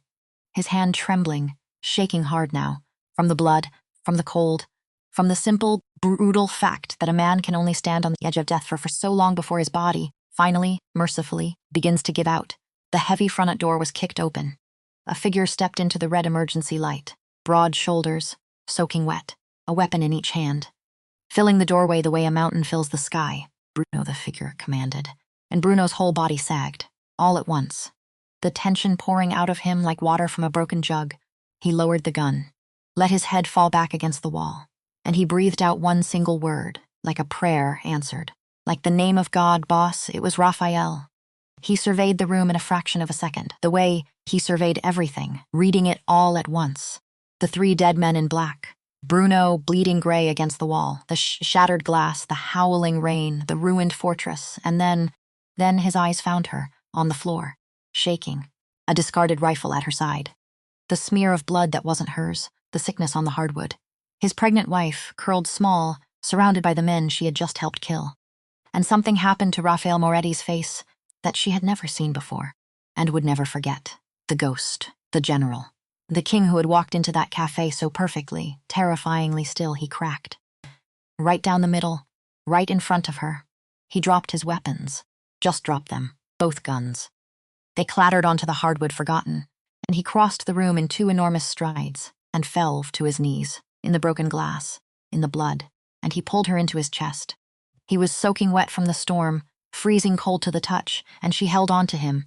She held on to him like he was the last solid thing in a world that was falling apart around her. I've got you, he said, into her hair, his voice raw. And then his voice broke. His voice. The immovable object. The voice that made grown men reconsider their lives. It broke like a boy's. I've got you. I've got you, Delphine. It's over, it's done. I'm here. I'm here, but it wasn't done. Not yet. Because a man like Konstantin Volkov did not send one team and simply hope for the best. He struck. And then he watched. And then he waited to see what walked out of the fire. To see whether the king would panic. Whether he would break.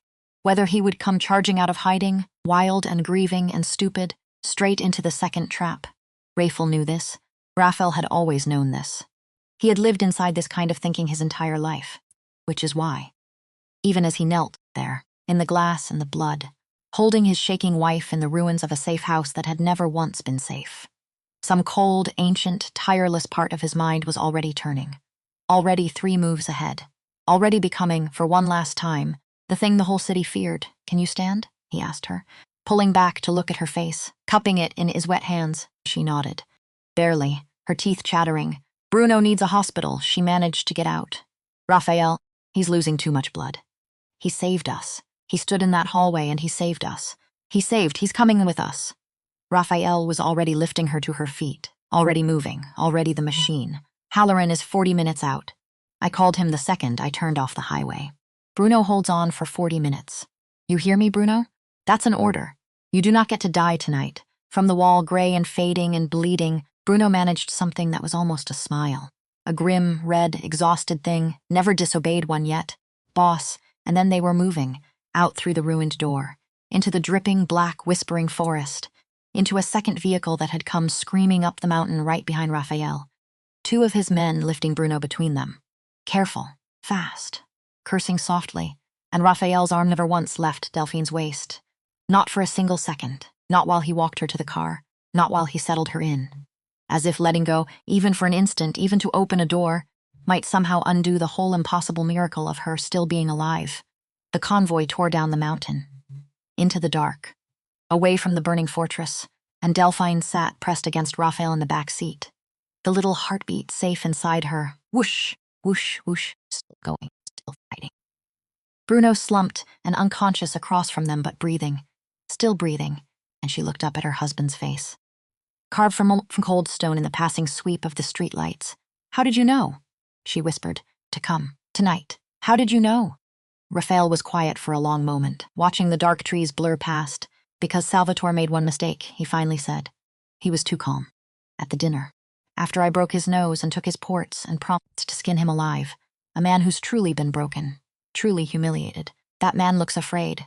Or he looks like he's plotting a way back into your good graces. But Salvatore looked satisfied. A muscle ticked hard in his jaw. And a satisfied man is a man who has already gotten what he wanted. Which means he had a plan. Already in motion. So I had him followed. From the moment my men dragged him bleeding out of my dining room, and he led them, straight to a meeting, with one of Volkov's lieutenants, 2 hours ago, in a parking garage on the east side. Money changed hands, and a folded piece of paper changed hands. Coordinates, this place, your location. The gray of his eyes went to hard, cold iron. I was already driving north before the first breaching charge went off. 90 miles an hour in the rain, I wasn't fast enough. I got here and I heard the gunfire, and I wasn't fast enough, Delphine. I'm sorry. God forgive me. I was almost not fast enough. She reached up, touched his face. His wet, cold, stone face. You were fast enough, she said. Fierce, certain. Look at me. We're alive. All of us. Bruno's breathing. I'm here. And so is she?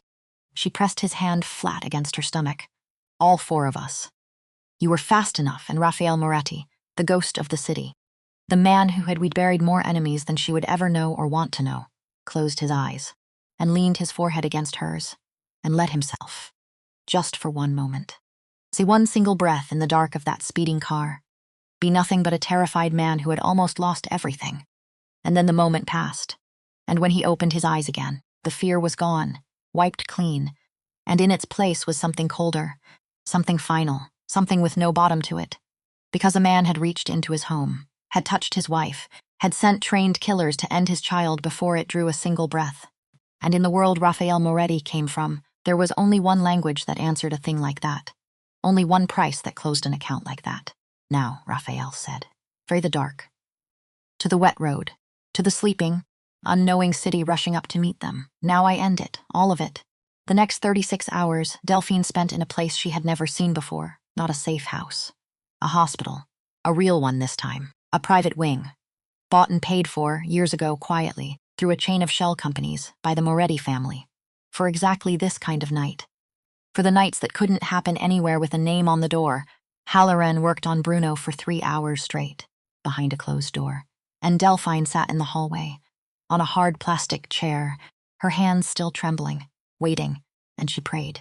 She hadn't prayed since she was a girl, since before Travis, since before everything, but she prayed in that hallway, for the mountain of a man who had stepped into a hallway full of bullets so that she and her baby might live. Halloran pulled 2 rounds out of him, and when it was finally done, the old doctor came out, exhausted, his surgical gown dark with another man's blood, wiping his glasses on a clean corner of his shirt, and he said the words she had been praying to hear: "He'll live." The stubborn old tank. He lost more blood than any man has a right to survive. But he'll live. He'll need months, and that shoulder will never be quite right again. But he'll live, and she cried again. She had cried more in the last 4 days than in the last 4 years combined. But these tears were different. These were the tears you cry when the people you love come through the fire, battered, broken, but alive, still here, still breathing. These were good tears, clean tears. Rafael was not there for most of it. Rafael was in the mud, where he belonged, where he had gone the moment he'd handed her over to Halloran and the safety of the private wing. And she did not ask what he was doing out there, because she knew. She had always known. From the very first night she'd said yes to him, she had signed a quiet contract with the dark. And now the dark was collecting on it, in full. And there were some things a wife did not need to see with her own 2 eyes. Some things it was a mercy not to see. But she heard about it later. Everyone heard about it later, because what Rafael Moretti did in those 36 hours became a legend on the streets of that city. A story told in low, careful voices in the back rooms of the East Side for years and years to come. The night the ghost woke up. The night the king remembered what he was. He did not just fight the war. He erased the battlefield. Because while Volkov's assault team had been climbing that dark mountain toward the safe house, while they'd been setting their breaching charge and moving into position, Rafael had already set the true plan in motion. The real one. Not a defense, an execution. A simultaneous strike, timed to the minute, against every single arm of Volkov's organization at once. His warehouses, his docks, his accountants, his safe houses, his trucks, his men. All of it. Everywhere, at the exact same hour, because for 3 long years, Rafael Moretti had let the whole city believe a lie. He had gone quiet. He had gone legal. He had pulled back from the streets, moved his money into clean things, and let his rivals whisper that the ghost had gone soft. That marriage had tamed him. That the fire had gone out, the fire had not gone out. He had been banking it, quietly, patiently, for 3 years. He had been sharpening the knife the entire time, in the dark, where no one could see, and now he drew it, all the way out. Konstantin Volkov, the old-school king, the clever man who thought a tarnished silver rattle and a thin red ribbon made him the smartest man in the city, was gone by sunrise, and his lieutenants with him. The east side of the river, which the Volkov family had held in an iron grip for 2 full generations, fell in a single night. Not to bombs in the street, not to bodies in the gutter and headlines in the morning paper, but to something Volkov, for all his old-world cleverness, had never once seen coming. Lawyers, accountants, legitimate contracts, frozen assets, anonymous tips to federal agents. Favors called in from men in high places whom Rafael had been quietly, patiently cultivating for years, banking each one like a coin against a rainy day, and when the rain finally came, he spent them all at once. The old world died in the dark, and the man who killed it did not fill the empty space it left behind with fear, with terror, with his own iron fist. He filled it with paperwork, and Salvatore, who had sold his own family to a rival king, who had traded the life of a pregnant woman and her unborn child for a fistful of cash and the ugly, small satisfaction of a wounded ego. Salvatore, who understood exactly what he had done and exactly what it meant, and who tried to run before the sun came up, who made it as far as the docks, the very docks he had once so proudly controlled, and that was all anyone ever needed to know about what happened to Salvatore, because there is an old code in that world. Older than Volkov, older than Sabatini, older than any of them. You can steal, you can lie, you can go to war and lose, and there may yet be a place for you when the dust settles, but you do not sell out the family. You do not raise your hand against a man's wife, against his child, against his blood. For that, there is no forgiveness, there never was. And there never will be. The war was over, and in the strange, ringing quiet that followed it, something Delphine had never once dared to hope for began to happen. Rafael came home, not just to the hospital, not just to whatever new house they would build, but home. To her. all the way home, in a way he never had. Not in 4 years of marriage, because for 4 years, some essential part of Rafael Moretti had always been elsewhere, out there, in the machine, running the board, watching the angles. Even when he was lying beside her in the dark, even when his hand was on her stomach. Some part of him was always on patrol, and now the machine was winding down. The board was clear.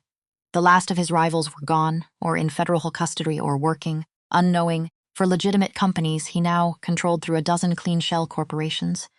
And for the first time in 26 years, there was room. Room in that hard, watchful, exhausted man. For someone else to come and live, they had moved, by then, to a sprawling, quiet estate far out in the Connecticut countryside. Old stone walls that had stood for 100 years, green rolling hills, and it had a room at the back that Delphine came to love above all the others. A small study, a fireplace, 2 worn leather chairs, and a tall window looking out over the old stone wall and the rolling green beyond it. A room that had never been and would never be a war room, just a place to sit, and read, and be still, and it was there. One rainy evening a few weeks after everything, with the fire burned low and Bruno recovering in a downstairs room and the whole violent world finally holding its breath, that Delphine asked her husband the question she had never once dared to ask in 4 years of marriage. Raphael, He didn't look up from his book. The reading glasses low on his nose. How did you become? This, now he looked up. Over the top of the glasses, this, him. The ghost. The man the whole city was afraid of. She pulled her knees up beneath her in the big leather chair. I know who you are now, and I knew who you were the day I married you, but I never asked what came in between. I never asked how the boy became the man. I never asked. Because for 4 years I think I was afraid of the answer, he set the book down, slow, careful, marking his place, and he was quiet for a long time. So long she thought perhaps she had finally reached a door in him that would stay locked forever. Even now, even here, even with her, even in a quiet room with a low fire and no enemies left in all the world. But then he began to talk. He grew up on the east side of the river, the very same ground that the Volkov family would later hold for 2 generations. Back then it belonged to no one. Back then it was just poor. A hard, honest, hungry neighborhood of faded brick and rusted fire escapes and old oak trees cracking the sidewalks with their patient roots. The same kind of neighborhood, he said, and she watched the realization move across his face as he said it. The same kind of neighborhood where he had found her 4 years ago. The same cracked sidewalks, the same iron ribs on the walls. Maybe that was it, he said quietly. Maybe that was why he had never been able to walk away from her that first day. Maybe some deep and buried part of him had simply looked at her and recognized home. His father had worked the docks. An honest man, a tired man, a good man who broke his back 6 days a week for wages that never quite stretched to the last day of the month. And Raphael was the oldest of 4 children, which meant Raphael grew up fast, which meant Raphael learned very early and very hard that the world does not hand you anything, ever. You take it. Or you go without, my father, Raphael said, staring into the low orange coals. My father believed in the straight path. Work hard. Keep your head down. Get debts on time. Trust the system to be fair in the end. He let out a short, humorless breath. The system killed him. She waited. She didn't move. As they barely breathed, there was an accident. On the docks, a crane, a cable. Everybody knew was frayed. Everybody. The company knew. The foreman knew. My father himself knew. But if a man refused to work under a bad cable, he was fired that same day. And a fired man cannot feed 4 children. He turned the reading glasses over and over in his big, scarred hands. The cable snapped on a Thursday afternoon.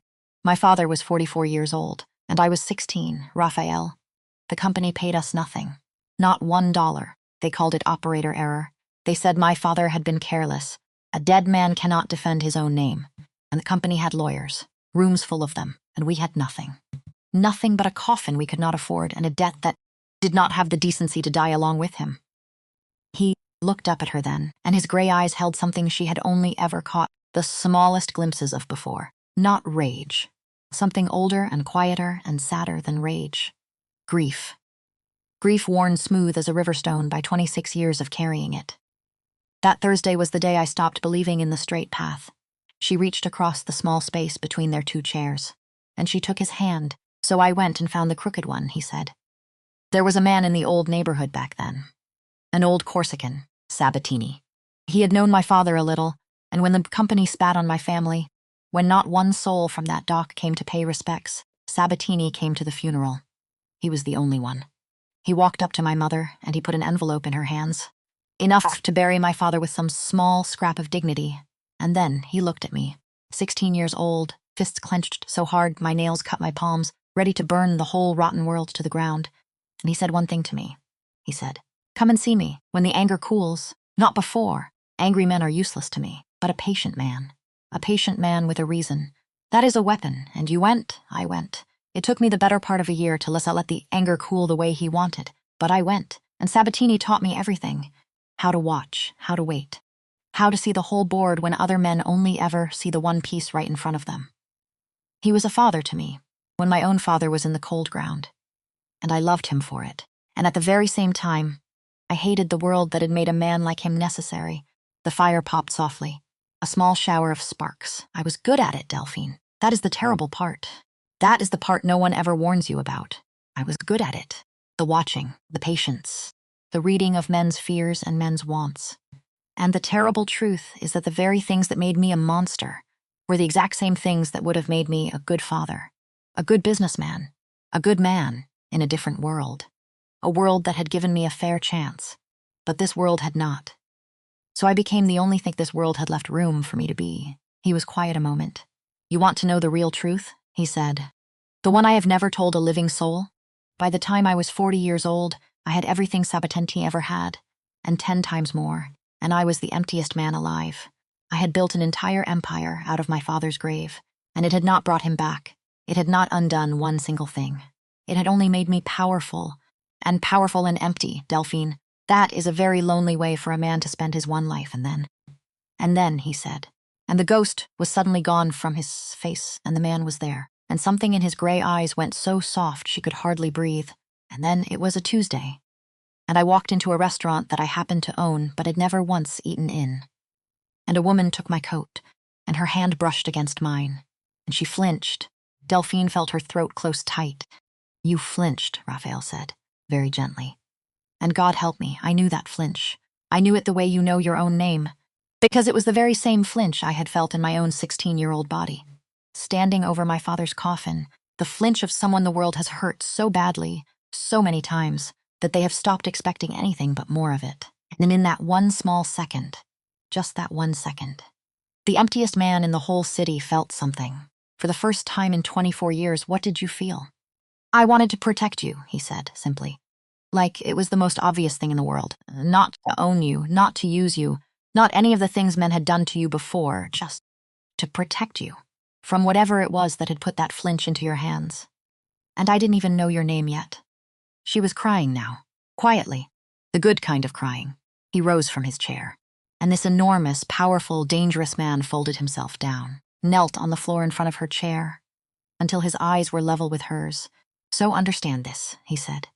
"You did not just marry a monster who happened to be gentle with you. That is not what this is. You saved him. You were too busy surviving to ever notice it.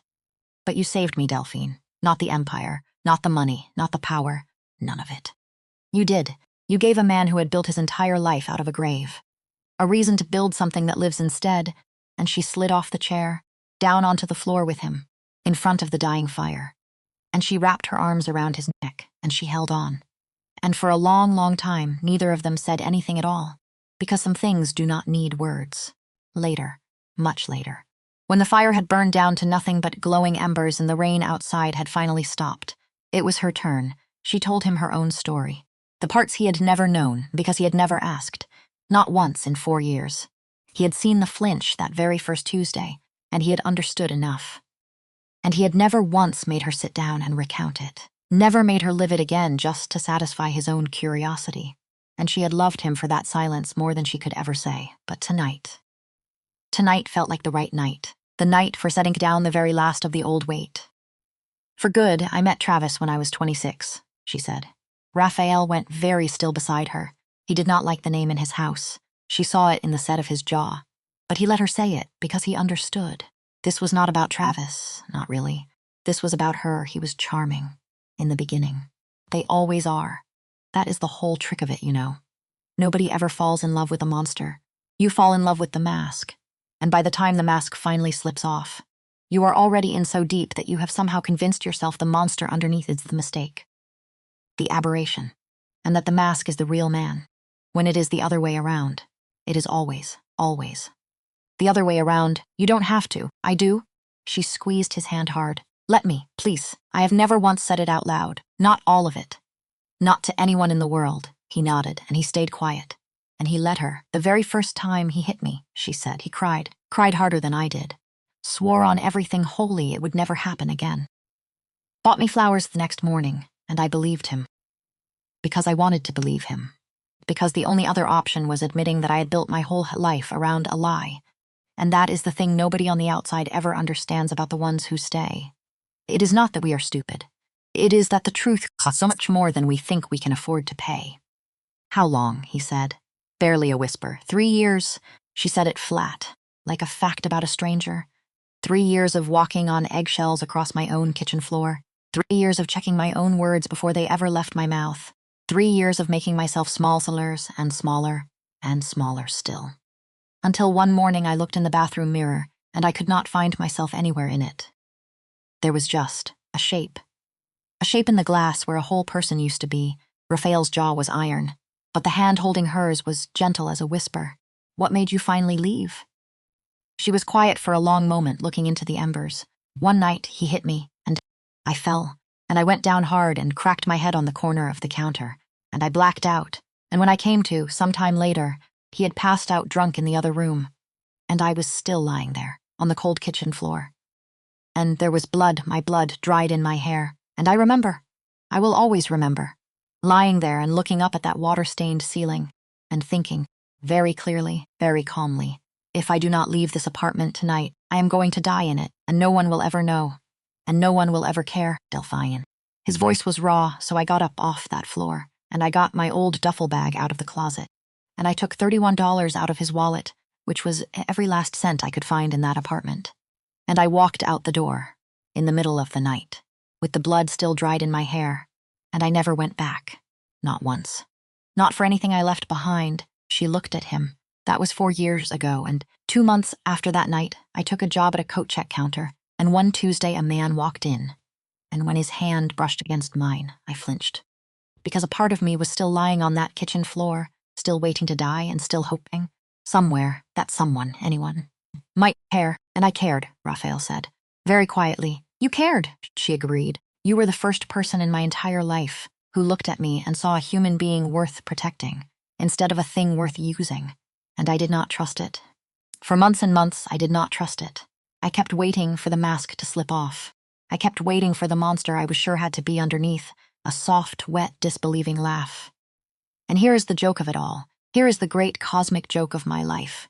When the monster finally did come out, when I finally saw the ghost that the whole city was so afraid of, it was not turned on me. It was standing between me and the entire world, with a gun in each hand. The monster was on my side. Rafael pulled her close, and she came willingly.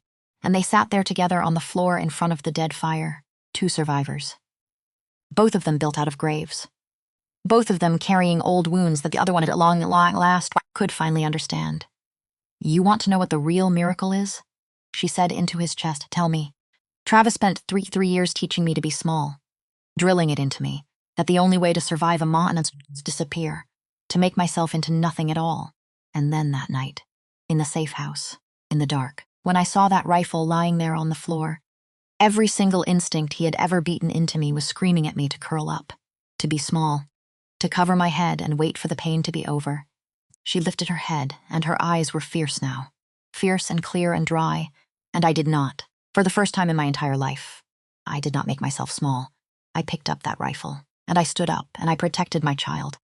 Travis spent 3 years trying to erase me from the earth, and in the end, the woman he tried so hard to erase was the one who saved everything. Rafael took her face in both of his enormous, scarred hands. That woman, he said, slow, certain, was always in there, every single day of those 3 years. Travis did not put her out. He could not put her out. He only buried her, and you dug her back up, with your own 2 hands, out of the frozen ground. Nobody gave that back to you, Delphine. Not me, not anyone alive. You did that. You, all by yourself, and there it was. The whole truth of it laid bare in a quiet room. Not the story of a broken woman saved by a powerful man. That was the story the world would tell, if the world ever heard it. But it was a lie. The true story was different. It was the story of a woman who had saved her own self, who had walked out of a kitchen with dried blood in her hair and 31 stolen dollars in her pocket, and rebuilt an entire human being from the ground up, one hard day at a time, and who, when the last dark moment finally came for her, had proven past all doubt that she was nobody's victim, nobody's asset, nobody's thing to be traded or used or thrown away. She was Delphine Moretti, and she was a fortress in her own right.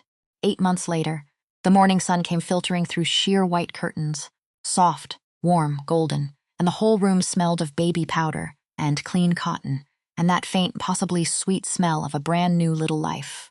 There were no reinforced windows in this house, no armed guards standing in the hallway, no steel deadbolts, no banks of monitors glowing in a room down in the hall. They had left all of that behind, sold it off, the penthouse and everything it had ever represented.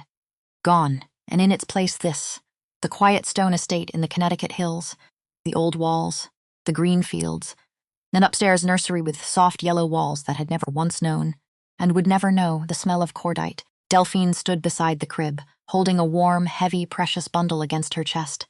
Their son, and he was fast asleep, and he was perfect in every impossible way. He had Rafael's dark hair, and, thank God, thank every God there was, he had her nose, and he had 10 fingers and 10 toes, and a small, strong, steady heartbeat.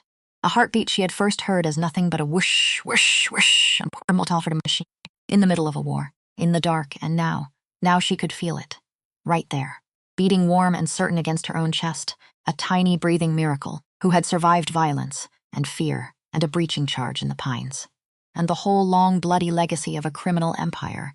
Before he was ever even born, they named him Luca. Footsteps padded softly across the plush carpet behind her, and she did not flinch. She noticed it. In some quiet corner of her mind, she noticed it and marveled at it. She did not flinch, because there had been a time, not so very long ago, when footsteps behind her had meant pain, when the sound of a man walking toward her had made her whole body brace, unthinking for a blow. And now footsteps just meant Rafael. He came up behind her, wrapped his arms around her waist, rested his chin gently on her shoulder, and he was wearing a soft gray sweater, a pair of reading glasses tucked into the collar, and he looked so entirely different from the ghost who had walked into that cafe almost 2 years ago now. The hard edges were still there, of course. They always would be. You do not wash 26 years of blood off a man completely. Not ever. But they were sheathed now, put away, buried underneath something she had waited her whole life to see on his face. He looked down at Luca, his thumb moving so gently across the baby's plump cheek. This hand, this same hand, that had once lifted a grown man clean off the floor by his throat, now moved with the softest reverence in all the world, Bruno called. Rafael murmured. Careful not to wake the baby. How is he? Complaining, bitterly, which is how I know he's fine. A faint smile touched the corner of his mouth. He says the shoulder aches when it's going to rain. He says he's going to teach Luca to fish the moment the boy can walk, I told him. When the boy is 30, she laughed. Quiet. A sound that came easily now. And the other thing? She asked. He was quiet for just a beat. And then he said the words she had waited 8 long months to hear. The final transition papers were signed this morning. The shipping ports. The last piece of it. The last thread.